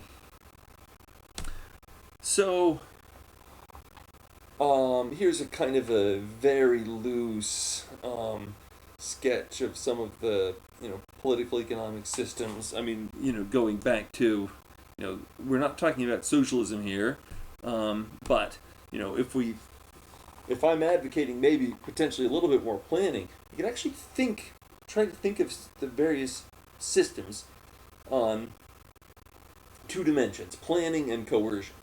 Those don't necessarily go together. USSR, or sort of this futuristic socialism, is kind of a maximum of both. Full-fledged planning, lots and lots of coercion. But I think the East Asian countries are a lot less coercive than the USSR, but they're also planning. South Korea and Japan in the 1980s, Singapore, they've had governments that were pretty active in kind of foreseeing where the economy was going. They had a development vision they were trying to realize. They may have allowed quite a bit of freedom still to private actors and private companies, but they did have a plan. And I think this might be an example that would be worth emulating. I think the U.S. today is kind of a bit in the middle. There's quite a bit of coercion. There's not a whole lot of planning. There's probably some. If you had kind of a Hayekian liberalism, if anything, you'd probably have quite a bit less. Even a lot of the FAA and FCC and some of the planning that they do would be kind of knocked out. And that'd be good in some ways, and I mean there'd be a lot of freedom. But as far as economic development, if anything, my suspicion would be that some kind of market-oriented liberal technocracy might be more effective at promoting economic growth and rising living standards. And I'll give a few examples of why I think that this kind of technocracy that tries to understand the space of technological possibilities, tries to lay out a vision, and then find ways to achieve it, not by coercion, but by a kind of manipulation of the many levers that it has at its disposal to steer in that direction. Okay, so here's the first policy puzzle I'll present. So patents. Are patents good or bad? Well, one reason patents are good is because they give an ex post reward to people who have spent a lot of time on invention. That's important as far as it goes. But I'm actually going to put that to one side. Let's assume that the invention's already been done. Maybe we can even assume that it was done with government resources. So the government has every claim to just release the invention to the public and let anybody use it. Should they or should they not? So let me start with the case on the left, where in this case, there's a patentable invention, but in addition to that, there's some other kind of R&D and development work that, for whatever reason, it's not quite patentable. Maybe it seems a little too obvious, but you still have to work to get there, or it's just a little bit too hard to define. There's not a single clear principle, but the character of all this kind of extra development work that's needed to implement a technology is that it is imitable. If whoever does it the first time is going to be in a sense at a disadvantage because other people are going to be able to see what they do and kind of do the same thing. Yet it's very hard to patent this work. So, in this case, it could actually be very smart for the government to privatize the patent for the technology, because the patent, that can be defended. So all this complementary R&D that needs to be done to actually make the technology succeed, that's non-patentable. But if you own the patent, it's worth doing the other R&D too, and you'll implement the technology. And so in this case, the way I've drawn the game is that the government has a couple of choices. They can privatize the patent, or they can keep the patent public. Then there's what I call the market leader. And the market leader can do the complementary R&D or not. And then the third move may be by competitors, who they can either enter or not. So if the government does privatize the patent, then the market leader, if they do the R&D, then they'll get $100 million of profit, and they'll generate $50 million of consumer surplus. If they don't do the R&D, then they get nothing, and there's no consumer surplus either. But that's not going to happen because they have the patent, so they're going to be able to get a return on that investment. Now let's suppose the patent stays in the public domain. Again, the market leader can do the complementary R&D or not. But if they do it, what's going to happen then? Well, since they don't own any patent, now competitors pretty much just mimic them all the way through. And so if they do this, then the competitors are going to make a big profit, and I call it 150 million here. I'm actually assuming that the competitors might be a little bit more efficient at doing this than the market leader. They may have other things they know. But the consequence of the market leader is going to lose $50 million as they get beat out by competitors. And the consumer surplus is even more. It's great. $250 million, fantastic. But this is not what the market leader is going to choose to do, because the market leader just ends up losing money. If the competitors didn't enter, the market leader would do well. But the competitors are not going to choose to do that because they get $150 million of surplus. They score. So if the market leader chooses to do the R&D in that case, then they'll end up losing money while the competitors rake in the benefits of the new industry. If they don't, if the government, however, privatizes the patent, then the market leader will do the R&D. So ultimately, what the choice you have is privatize the patent, see the technology implemented, and get $100 million of profit for the market leader and $50 million of consumer surplus, or keep the patent public, in which case it won't be used at all. Well, this is kind of an interesting counterintuitive case where you really want to privatize that patent. But in case 2, here you have a patent in place, and never mind where it comes from. I mean, it could be something that was privatized, like the other example. It could be something that these 2 different inventors developed independently. But the problem here is that there's an entrepreneur who has a business idea that depends on using 2 technologies, Tech A and Tech B. These have separate inventors, and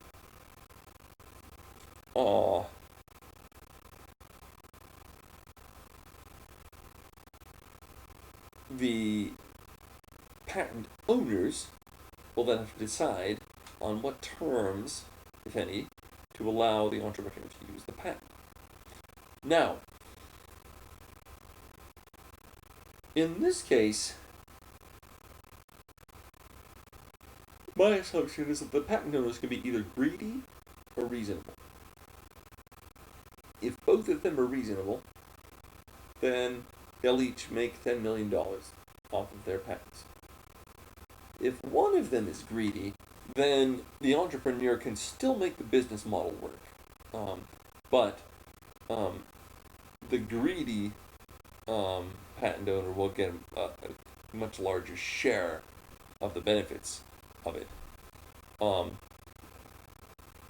it turns out that in this game, there's no pure strategy Nash equilibrium. So the patent owner, if one patent owner is reasonable, the other will want to be greedy. So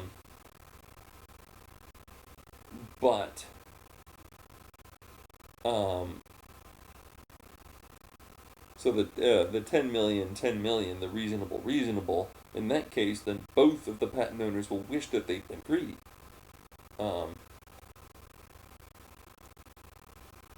But if they're both greedy, both of them will wish that they'd been reasonable and they'd at least gotten something. And so what you actually end up with is you can get, the corners, I guess you might get greedy, reasonable. Those can be if patent owner A is reasonable and patent owner B is greedy, then patent owner A will be glad that they were reasonable in that particular case. But you can have also a mixed strategy equilibrium, and in the mixed strategy equilibrium, then the patent owners each take have some probability of hard bargaining and blocking the deal, and so it may be that you end up having this business idea fail, which is bad for everybody. And so in a sense, the patents are bad here. It would be better if the patent institution wasn't there. And you can imagine if you're at the patent office, I mean, this is a very complicated problem because sometimes patent buyouts would be a great idea. In case 2, patent buyouts would be a good idea. You go in there, buy tech A, buy tech B, and then all sorts of businesses get unleashed by this. But there may be cases like one where it's actually a great thing to privatize the patent so that some company will have the confidence to do the complementary R&D to actually implement the technology without feeling that their shirts are going to get stolen by their competitors. And in order to understand what the likely outcome is of treating a patent one way or the other, you really have to know something about the industries involved. And so this is a case where planning, sort of smart planning that's really savvy to the space of technological possibilities could do a whole lot of good. The second one is maybe a somewhat general point, that as you get more and more specialization, and there's more and more need to customize jobs to a preferred applicant. And I think there's many organizations will have protocols or institutional rules of some sort require all their hiring to be transparent and competitive. You have to post the job somewhere, write a job description. You have to judge based on, you have to say what the qualifications are and so forth. And often this really doesn't work very well. For one thing, it might be that the traits that are really most important are very hard to articulate and hard to measure, or it might be that the relationships are actually really important. This could be true in multiple ways. But one example would be, it might be that if you hire somebody who has a high reputation with you, and for whom that high reputation is an important professional asset in the long run, then you may trust them to perform in order to maintain their social capital with you. And so there can be a lot of stories here, and transparent and competitive hiring process can be a really stupid kind of crude, simplistic instrument for trying to sort of assemble teams of specialists who have kind of nicely aligned kind of interests and concerns, especially over the long run, when you're thinking about turnover issues and stuff like this. And so I've actually, and maybe it's risky to admit this, but I think for probably most of my professional life, I've regularly been involved in hiring processes in which you pick the candidate beforehand, and then you post an official job description, and there's some sort of you go through the motions of some kind of a competitive process just to appease the rules, and maybe you even call back unsuitable candidates, for the sake of form. But I mean, I'll give a strong example. When I was at the World Bank, then it was routine to say, hey, we need 3 resumes. You want to hire a consultant to do something, we need 3 resumes. And I would even sometimes be tasked with, hey, go Google resumes and find somebody who has a resume that looks like they might be suitable for this job, just so that we can throw them in and make them one of the 3 resumes that we need in order to hire the consultant that we already knew that we wanted. It wasn't that the World Bankers were being corrupt, not at all. They had a lot of stuff to do, and they would know who they wanted, and there just was not a liquid market at all in many of the skills that they were looking for, and so they were doing it this way because this was the way to be effective, but it was inconsistent with the competitive hiring rules, and I think this happens just all the time, and so the smart hiring practices have to become kind of clandestine. You have to create this smokescreen of job posting with sort of tailored qualifications, which then any kind of sort of naive job seeker who's coming into this could get really discouraged because they keep applying and never hearing back, so I think this whole sort of overuse of the concept of transparent and competitive hiring can be really damaging to organizations being smart and towards people being able to plan their careers and really develop their talents and so forth. And it'd be nice if we could kind of get away from this. Another example in public procurement. Often public agencies in particular are required to do complex request for proposal processes. These may assume that there are a lot of different firms that offer similar services. Often that's really not the case, but you don't really want it to be. I mean, the organizations may become much more productive by being really specialized, but the more specialized they are, the more unrealistic the whole RFP process is, and moreover, very often, in order to design the project that the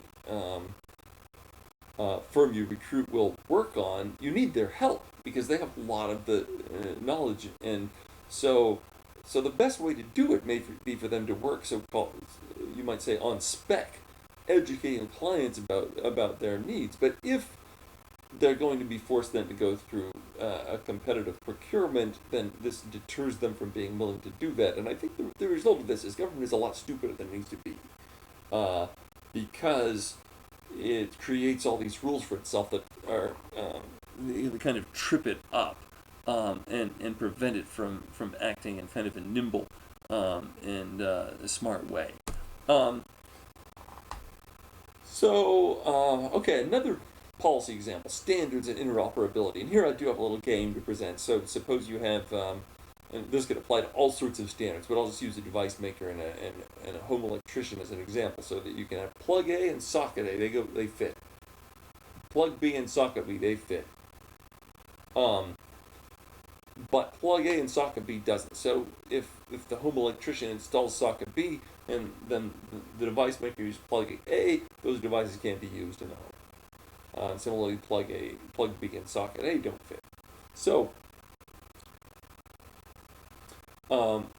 in this case, it turns out you have 2 pure strategy Nash equilibria. One with payoffs of 12-12, and that seems to be what you'd want the most. One would be with a payoff of 8-8 if they both use B. And then there's a mixed strategy equilibrium where each player plays A with 40% probability and each player plays B with 60% probability. Now, I think specialization and trade often depend on some kind of interoperability. You do this, I do that, we specialize, but somehow our work products need then to gel. So we need to be using the same standard. One example would be if I'm producing an input to your business plan, well, if I use a software that's totally incompatible with whatever you're using, you can't even look at the inputs that I'm trying to send you. So that would be one example. And what game theory shows, what looking at this chart shows, is first of all, suboptimal standards can be stable. B is in Nash equilibrium, even though it's inefficient. And also, even inefficient instability can be stable. If we get stuck in that mixed strategy Nash equilibrium, we could stay there indefinitely, with frequently just failing to cooperate because we don't have the same standard. So, in cases like this, and I think this is very frequent, it's desirable to impose some kind of standards through regulation. It can be desirable to impose standards. It's desirable to impose standards somehow. Can be desirable to do it through regulation. This might enhance efficiency, but it might also inhibit innovation. And you could imagine if plug B was the first one to be invented and plug A was invented later, if the regulations locked everybody in to sticking with plug B all the time, plug A could never be adopted, so that would be an example. It also tend to create monopoly power because some company may be the producer of, say, plug A. Or if somebody's the exclusive producer of plug A, then by imposing that through regulation, it'll create monopoly power.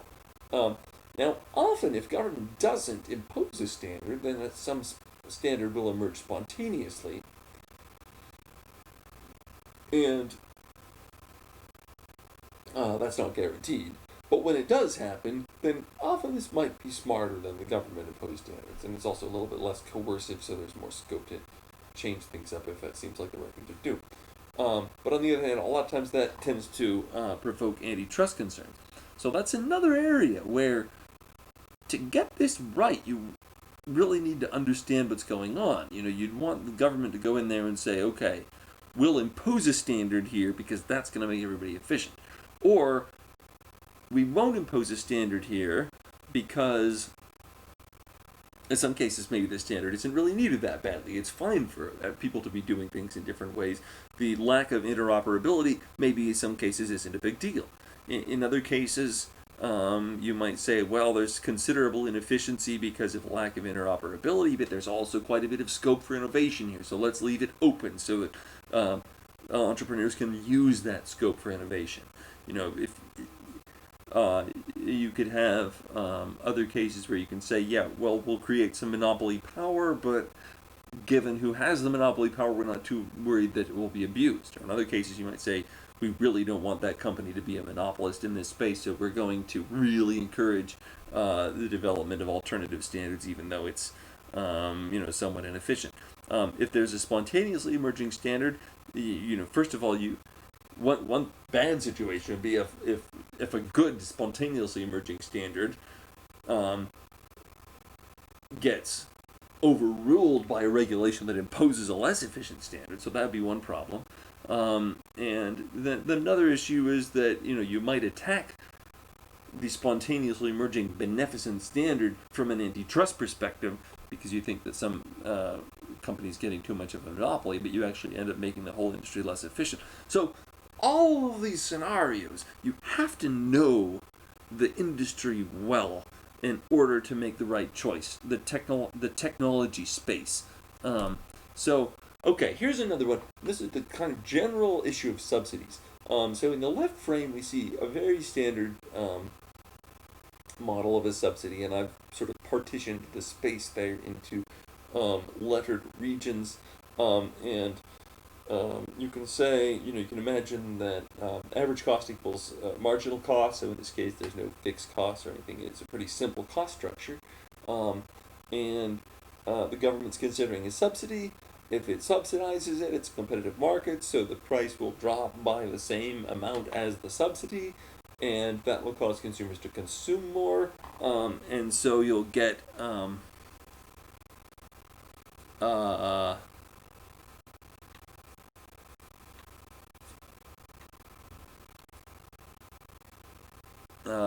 sorry, this is actually wrong. I should have said A, B. So in this case, the consumer value without the subsidy would be A plus B plus F. With the subsidy, would be A plus B plus C plus F plus G. So you'd have all of that too. But in the case of producer cost, then the producer's cost increases with the subsidy because they increase the quantity, and the result is that actually the social surplus just ends up being reduced a little bit by there's a deadweight loss of E from the subsidy, which results from some people consuming the good who don't value it as much as it costs to produce it. But now look at the chart on the right. So in this case, you have a downward sloping average cost curve. If you don't have a subsidy, then average cost and demand don't overlap, don't intersect, and so the industry just doesn't exist at all. But if you add a little subsidy, then you cause average cost to average cost minus the subsidy. So what's now kind of like the supply curve goes down, it does intersect demand, and so the result is that you make the industry active. Now this creates a lot of consumer surplus. There's also some producer cost, but in this case it's actually worth it. You actually produce a net gain by subsidizing it. And this might sound funny, but the best way maybe to make it intuitive is that there was no way, if the producer produces, there's no way for them to extract all the consumer surplus from the buyers. And so they end up not producing it, even though they're creating enough social value to justify it, because they can't capture enough of that social value to cover their own costs. So what the subsidy does is it sort of makes the producer whole, and then there's a lot of spillovers to the customers. Another thing that producers might be able to do in order to cover their fixed costs would be to price discriminate. And so here in Policy Puzzle 5, then you see an example where there's an industry, it has some fixed costs, there's some fixed costs of production, so if a firm charges just a single price, and they pick the price that seems to maximize the difference between revenue and variable cost, that difference is less than fixed cost. So this doesn't work. They can't produce it. But if they're able to price discriminate so that they charge some sort of high value consumers more, and some middle-income consumers a little bit less, and some low value consumers the least, they can get more revenue than they could by charging a single price to all customers, and that's what puts them over the top. So the whole business is made possible by price discrimination in this case. And discrimination in general has a bad name, and so I think sometimes, both at the level of private values and at the level of public policy, then there's price discrimination may often be interfered with or discouraged. But it's not. I mean, price discrimination is not illegal in general the way many other kinds of discrimination are. However, I don't think the government is very systematic in trying to facilitate and encourage price discrimination. And they could do a lot more by supplying data to private companies that the private companies could use to price discriminate. So a simple example of this is, so suppose you have a movie theater that says, okay, we've got a senior discount, and in order to get the senior discount, you need to bring your driver's license and show us that you're over 65. So, okay, so at this point, the government is providing a driver's license, and not exactly intending this, but the effect of the driver's license is to facilitate a price discrimination strategy on the part of the movie theater, which in some cases might make the difference between the movie theater succeeding and failing. Well, I suspect there are a lot more cases where the government could facilitate price discrimination by supplying data. And, I mean, typically with the consent of the consumer, obviously a senior who doesn't want to go to the movie, he doesn't want the senior discount, can just not show their driver's license. If they, for some reason, they don't want to show their driver's license, they can refuse to do so. But if they don't have a driver's license, if you don't have a driver's license that says you're over 65, the government won't issue one unless it's true. So it is a true signal to the movie theater, and they get a benefit from it because it allows them to engage in a certain kind of statistically justified price discrimination. And I think there are probably a lot more opportunities for government to do this if you were deliberate about it as part of a larger goal of accelerating the exploitation of the technology space. So a kind of a big takeaway here: smart policy making for technology it can't just apply general principles. You need to kind of understand the landscape of technological possibilities, the space of technological possibilities, in order to know when to use subsidies, patents, antitrust, and so forth. And I'll finish with a few sort of suggestions, let's say, of what maybe some principles of technological governance or citizenship might be. I think, starting with for government, I think government should maybe try to have more of a vision for the future, should really lay out what they think it should look like, and they should try hard to figure out what the space of technological possibilities should look like. I mean, I think, institutions like the Patent Office, could probably do more of this. And there are a lot of economic development administration, the FAA, the FCC. The FCC is actually sort of a good example where they are trying to do a fair amount of it in their own space, but there could be more scope for coordination and just figuring out what it all looks like, working with academia and so forth. And once you have a vision, the government really has a lot of tools at its disposal that it could help to achieve. And so the education system, for example, if you have a vision for the future, you might be able to foresee there will be more demand for certain types of skills, try to train those skills more, use antitrust policy, the way you use that could facilitate technological change. And there may be an argument for being a little bit less aggressive about it, because often I think some of sort of market dominant companies can be important sources of innovation. And some kind of deal making to encourage them to do this might be helpful. Where do you invest in infrastructure? How do you design your tax code?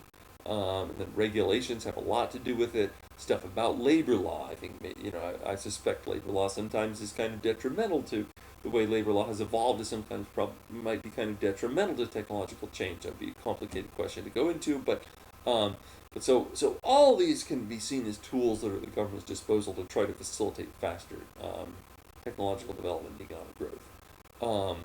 Maybe tolerate some monopoly profits and collusion if there's innovation coming out of those companies. Systematically fight knowledge hoarding. I think this is an important one. So, I think one of the deals that the government made with Bell Labs in the mid-20th century was Bell Labs would release all their patents to other companies in return for their own kind of monopoly position remaining secure. And so this is a good example, I think, of kind of fighting knowledge hoarding. And so for corporations, I think some similar advice. Have a vision for the future. I think in the case of a corporation, it would be more likely to be focused on a particular industry. But I think I mean, this idea of shareholder value maximization, I'd like to maybe see this downplayed a little bit. Focus more on corporations trying to change the world. I mean, I think this might actually be a good way to motivate staff, a good way to attract kind of purpose-driven investors. Often private companies that specialize in a particular industry may have a comparative advantage in formulating a vision for the future, which could be of interest to many others. Try to create knowledge, and some companies set an example here where they actually tell their staff to spend a certain percentage of their time on the job just kind of innovating, trying something new that's not connected. Google, I think, does this. It would be nice to see this practice become more widespread. Encourage experimentation. Cultivating relationships with academia could be valuable. I think academia a lot of times has a very large sort of hoard of knowledge that could be put to better use. And then help governments understand the technology space. So if part of our goal is for government to understand the technology space better, often it's private companies that know the most about what this looks like. Often I think private companies will be lobbying the government, and lobbying is this will be kind of narrowly targeted towards some interest that the company has. They want some narrow regulation to be overturned or prevented or something because they make a little bit more money. I'd like it to be a little bit more broad-minded. Let them generally conceive, okay, how does their industry feed into the public interest? Is it part of the broader public interest? And then really try to educate public officials in the public interest about their industry and about their vision. And then cooperate with academia, both in R&D and then also in kind of spreading the knowledge of what's happening in their industry. And yeah, definitely, fight against hoarding knowledge. Try to, encourage your employees to talk and to publish, and let talented employees move on. Let them grow. Don't try to keep them in a cage. Academics, I think, I tend to have a low opinion of sort of the peer-reviewed publications. I think you can get very rich conversations in blogs and social media. I think there's a need for a lot more popularization of knowledge, but I think a lot of the peer-reviewed publications are really just taking up space on library shelves, and I think it's a bad sign when people are paying to get reviewed and get published. It's a pretty sure sign that this is really about rent-seeking more than it is about creating knowledge. I think some cultural changes might be needed to achieve this, but I think it would be really valuable if there were more kind of revolving doors between academia and industry and government, so that academics should have more experience. For one thing, it would help you place students in jobs. I think because you'd have a lot of contacts that you could reach out to in industry, but it would also help you understand the types of problems that industry is facing, and then write scholarship that would be more relevant to industry, and then just put knowledge to use directly. Create new companies, help companies grow, help companies develop new product lines, help government make smarter public policy. And I think tenure has its merits, but it probably to some extent militates against this. So this would be sort of might be a fairly significant change, and then participate in this project of trying to understand the space of technological possibilities. Philanthropies and nonprofits could play a role, I think, in facilitating the pursuit, dissemination, exchange of knowledge, adoption of technology, but also at the level of individuals. So at this point, it becomes more kind of an ethical question. yeah, I actually I do want to focus on the ethics. This isn't so much sort of self-interested advice, but more, um, more ethical advice on, how you can better serve your fellow men. Well, for one thing, avoid complicity and knowledge hoarding. If your boss tells you not to talk to the press, that's a good sign that you maybe should have a different job.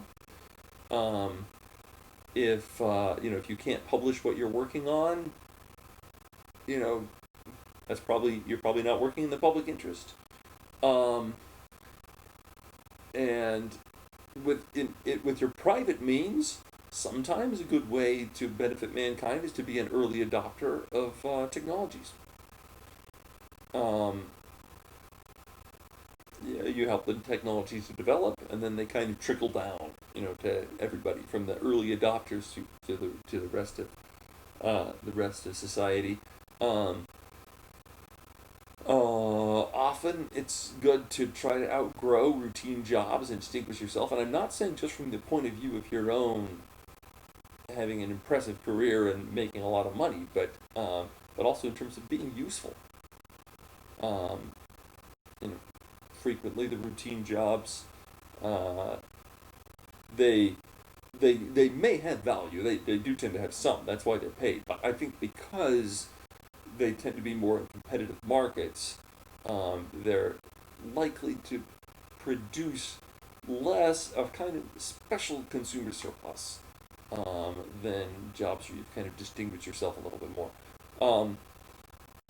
Seek jobs of social impact. I think to some extent, when people think what jobs are cool, they do have some intuition about what jobs are actually creating a lot of value for others, as opposed to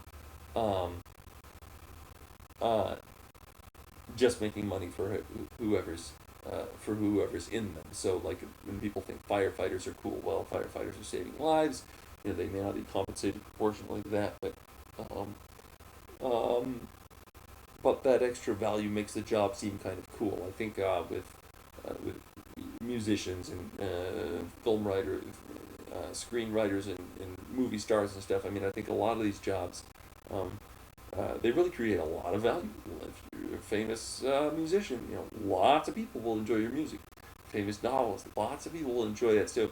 If you're an inventor, and frequently those people who are kind of innovative don't capture nearly all the value that they create. But it spills over in the sense of a lot of people feeling benefited and thinking that what they do is cool, and so that's actually can be a good indicator that you're in a good job if other people think what you do is cool. Often it might be a great idea to consider entrepreneurship,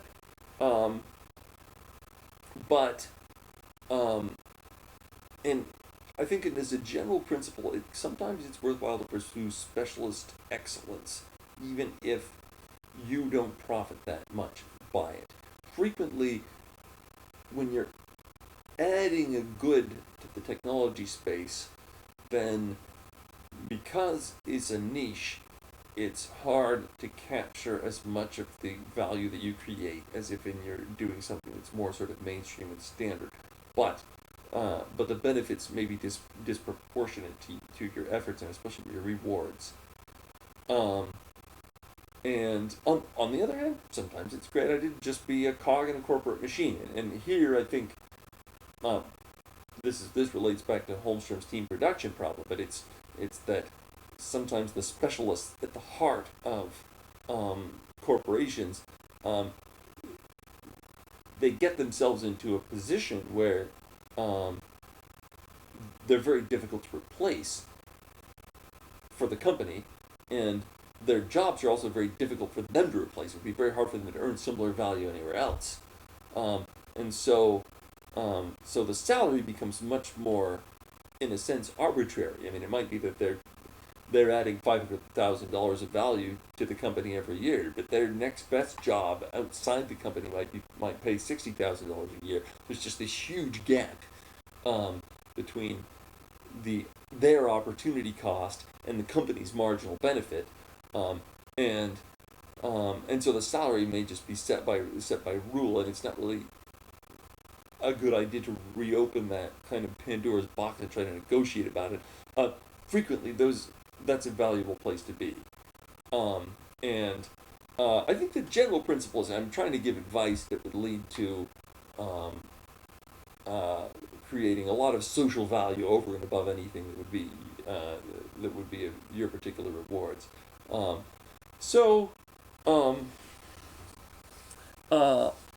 I'll finish there, but just maybe to link it a little bit to the election. I mean, I think there's been maybe a sense of a lot of frustration in recent years with elites feeling like they're not very virtuous. They're not really giving much back.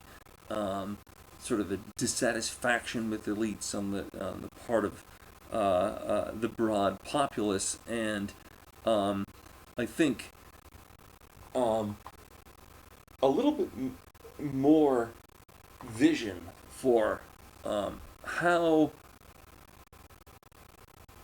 are we steering into the future? What possibilities are there, really? And how are we going to be deliberate about choosing what types of futures we want? And then what means are we going to use to try to get there? That kind of thinking, and really transcending just a sort of a self-interested view, realizing that there's very often a large divergence between private interest and the kind of general interest and the interests of others, and trying to prioritize the general interest and the interests of others over private interest.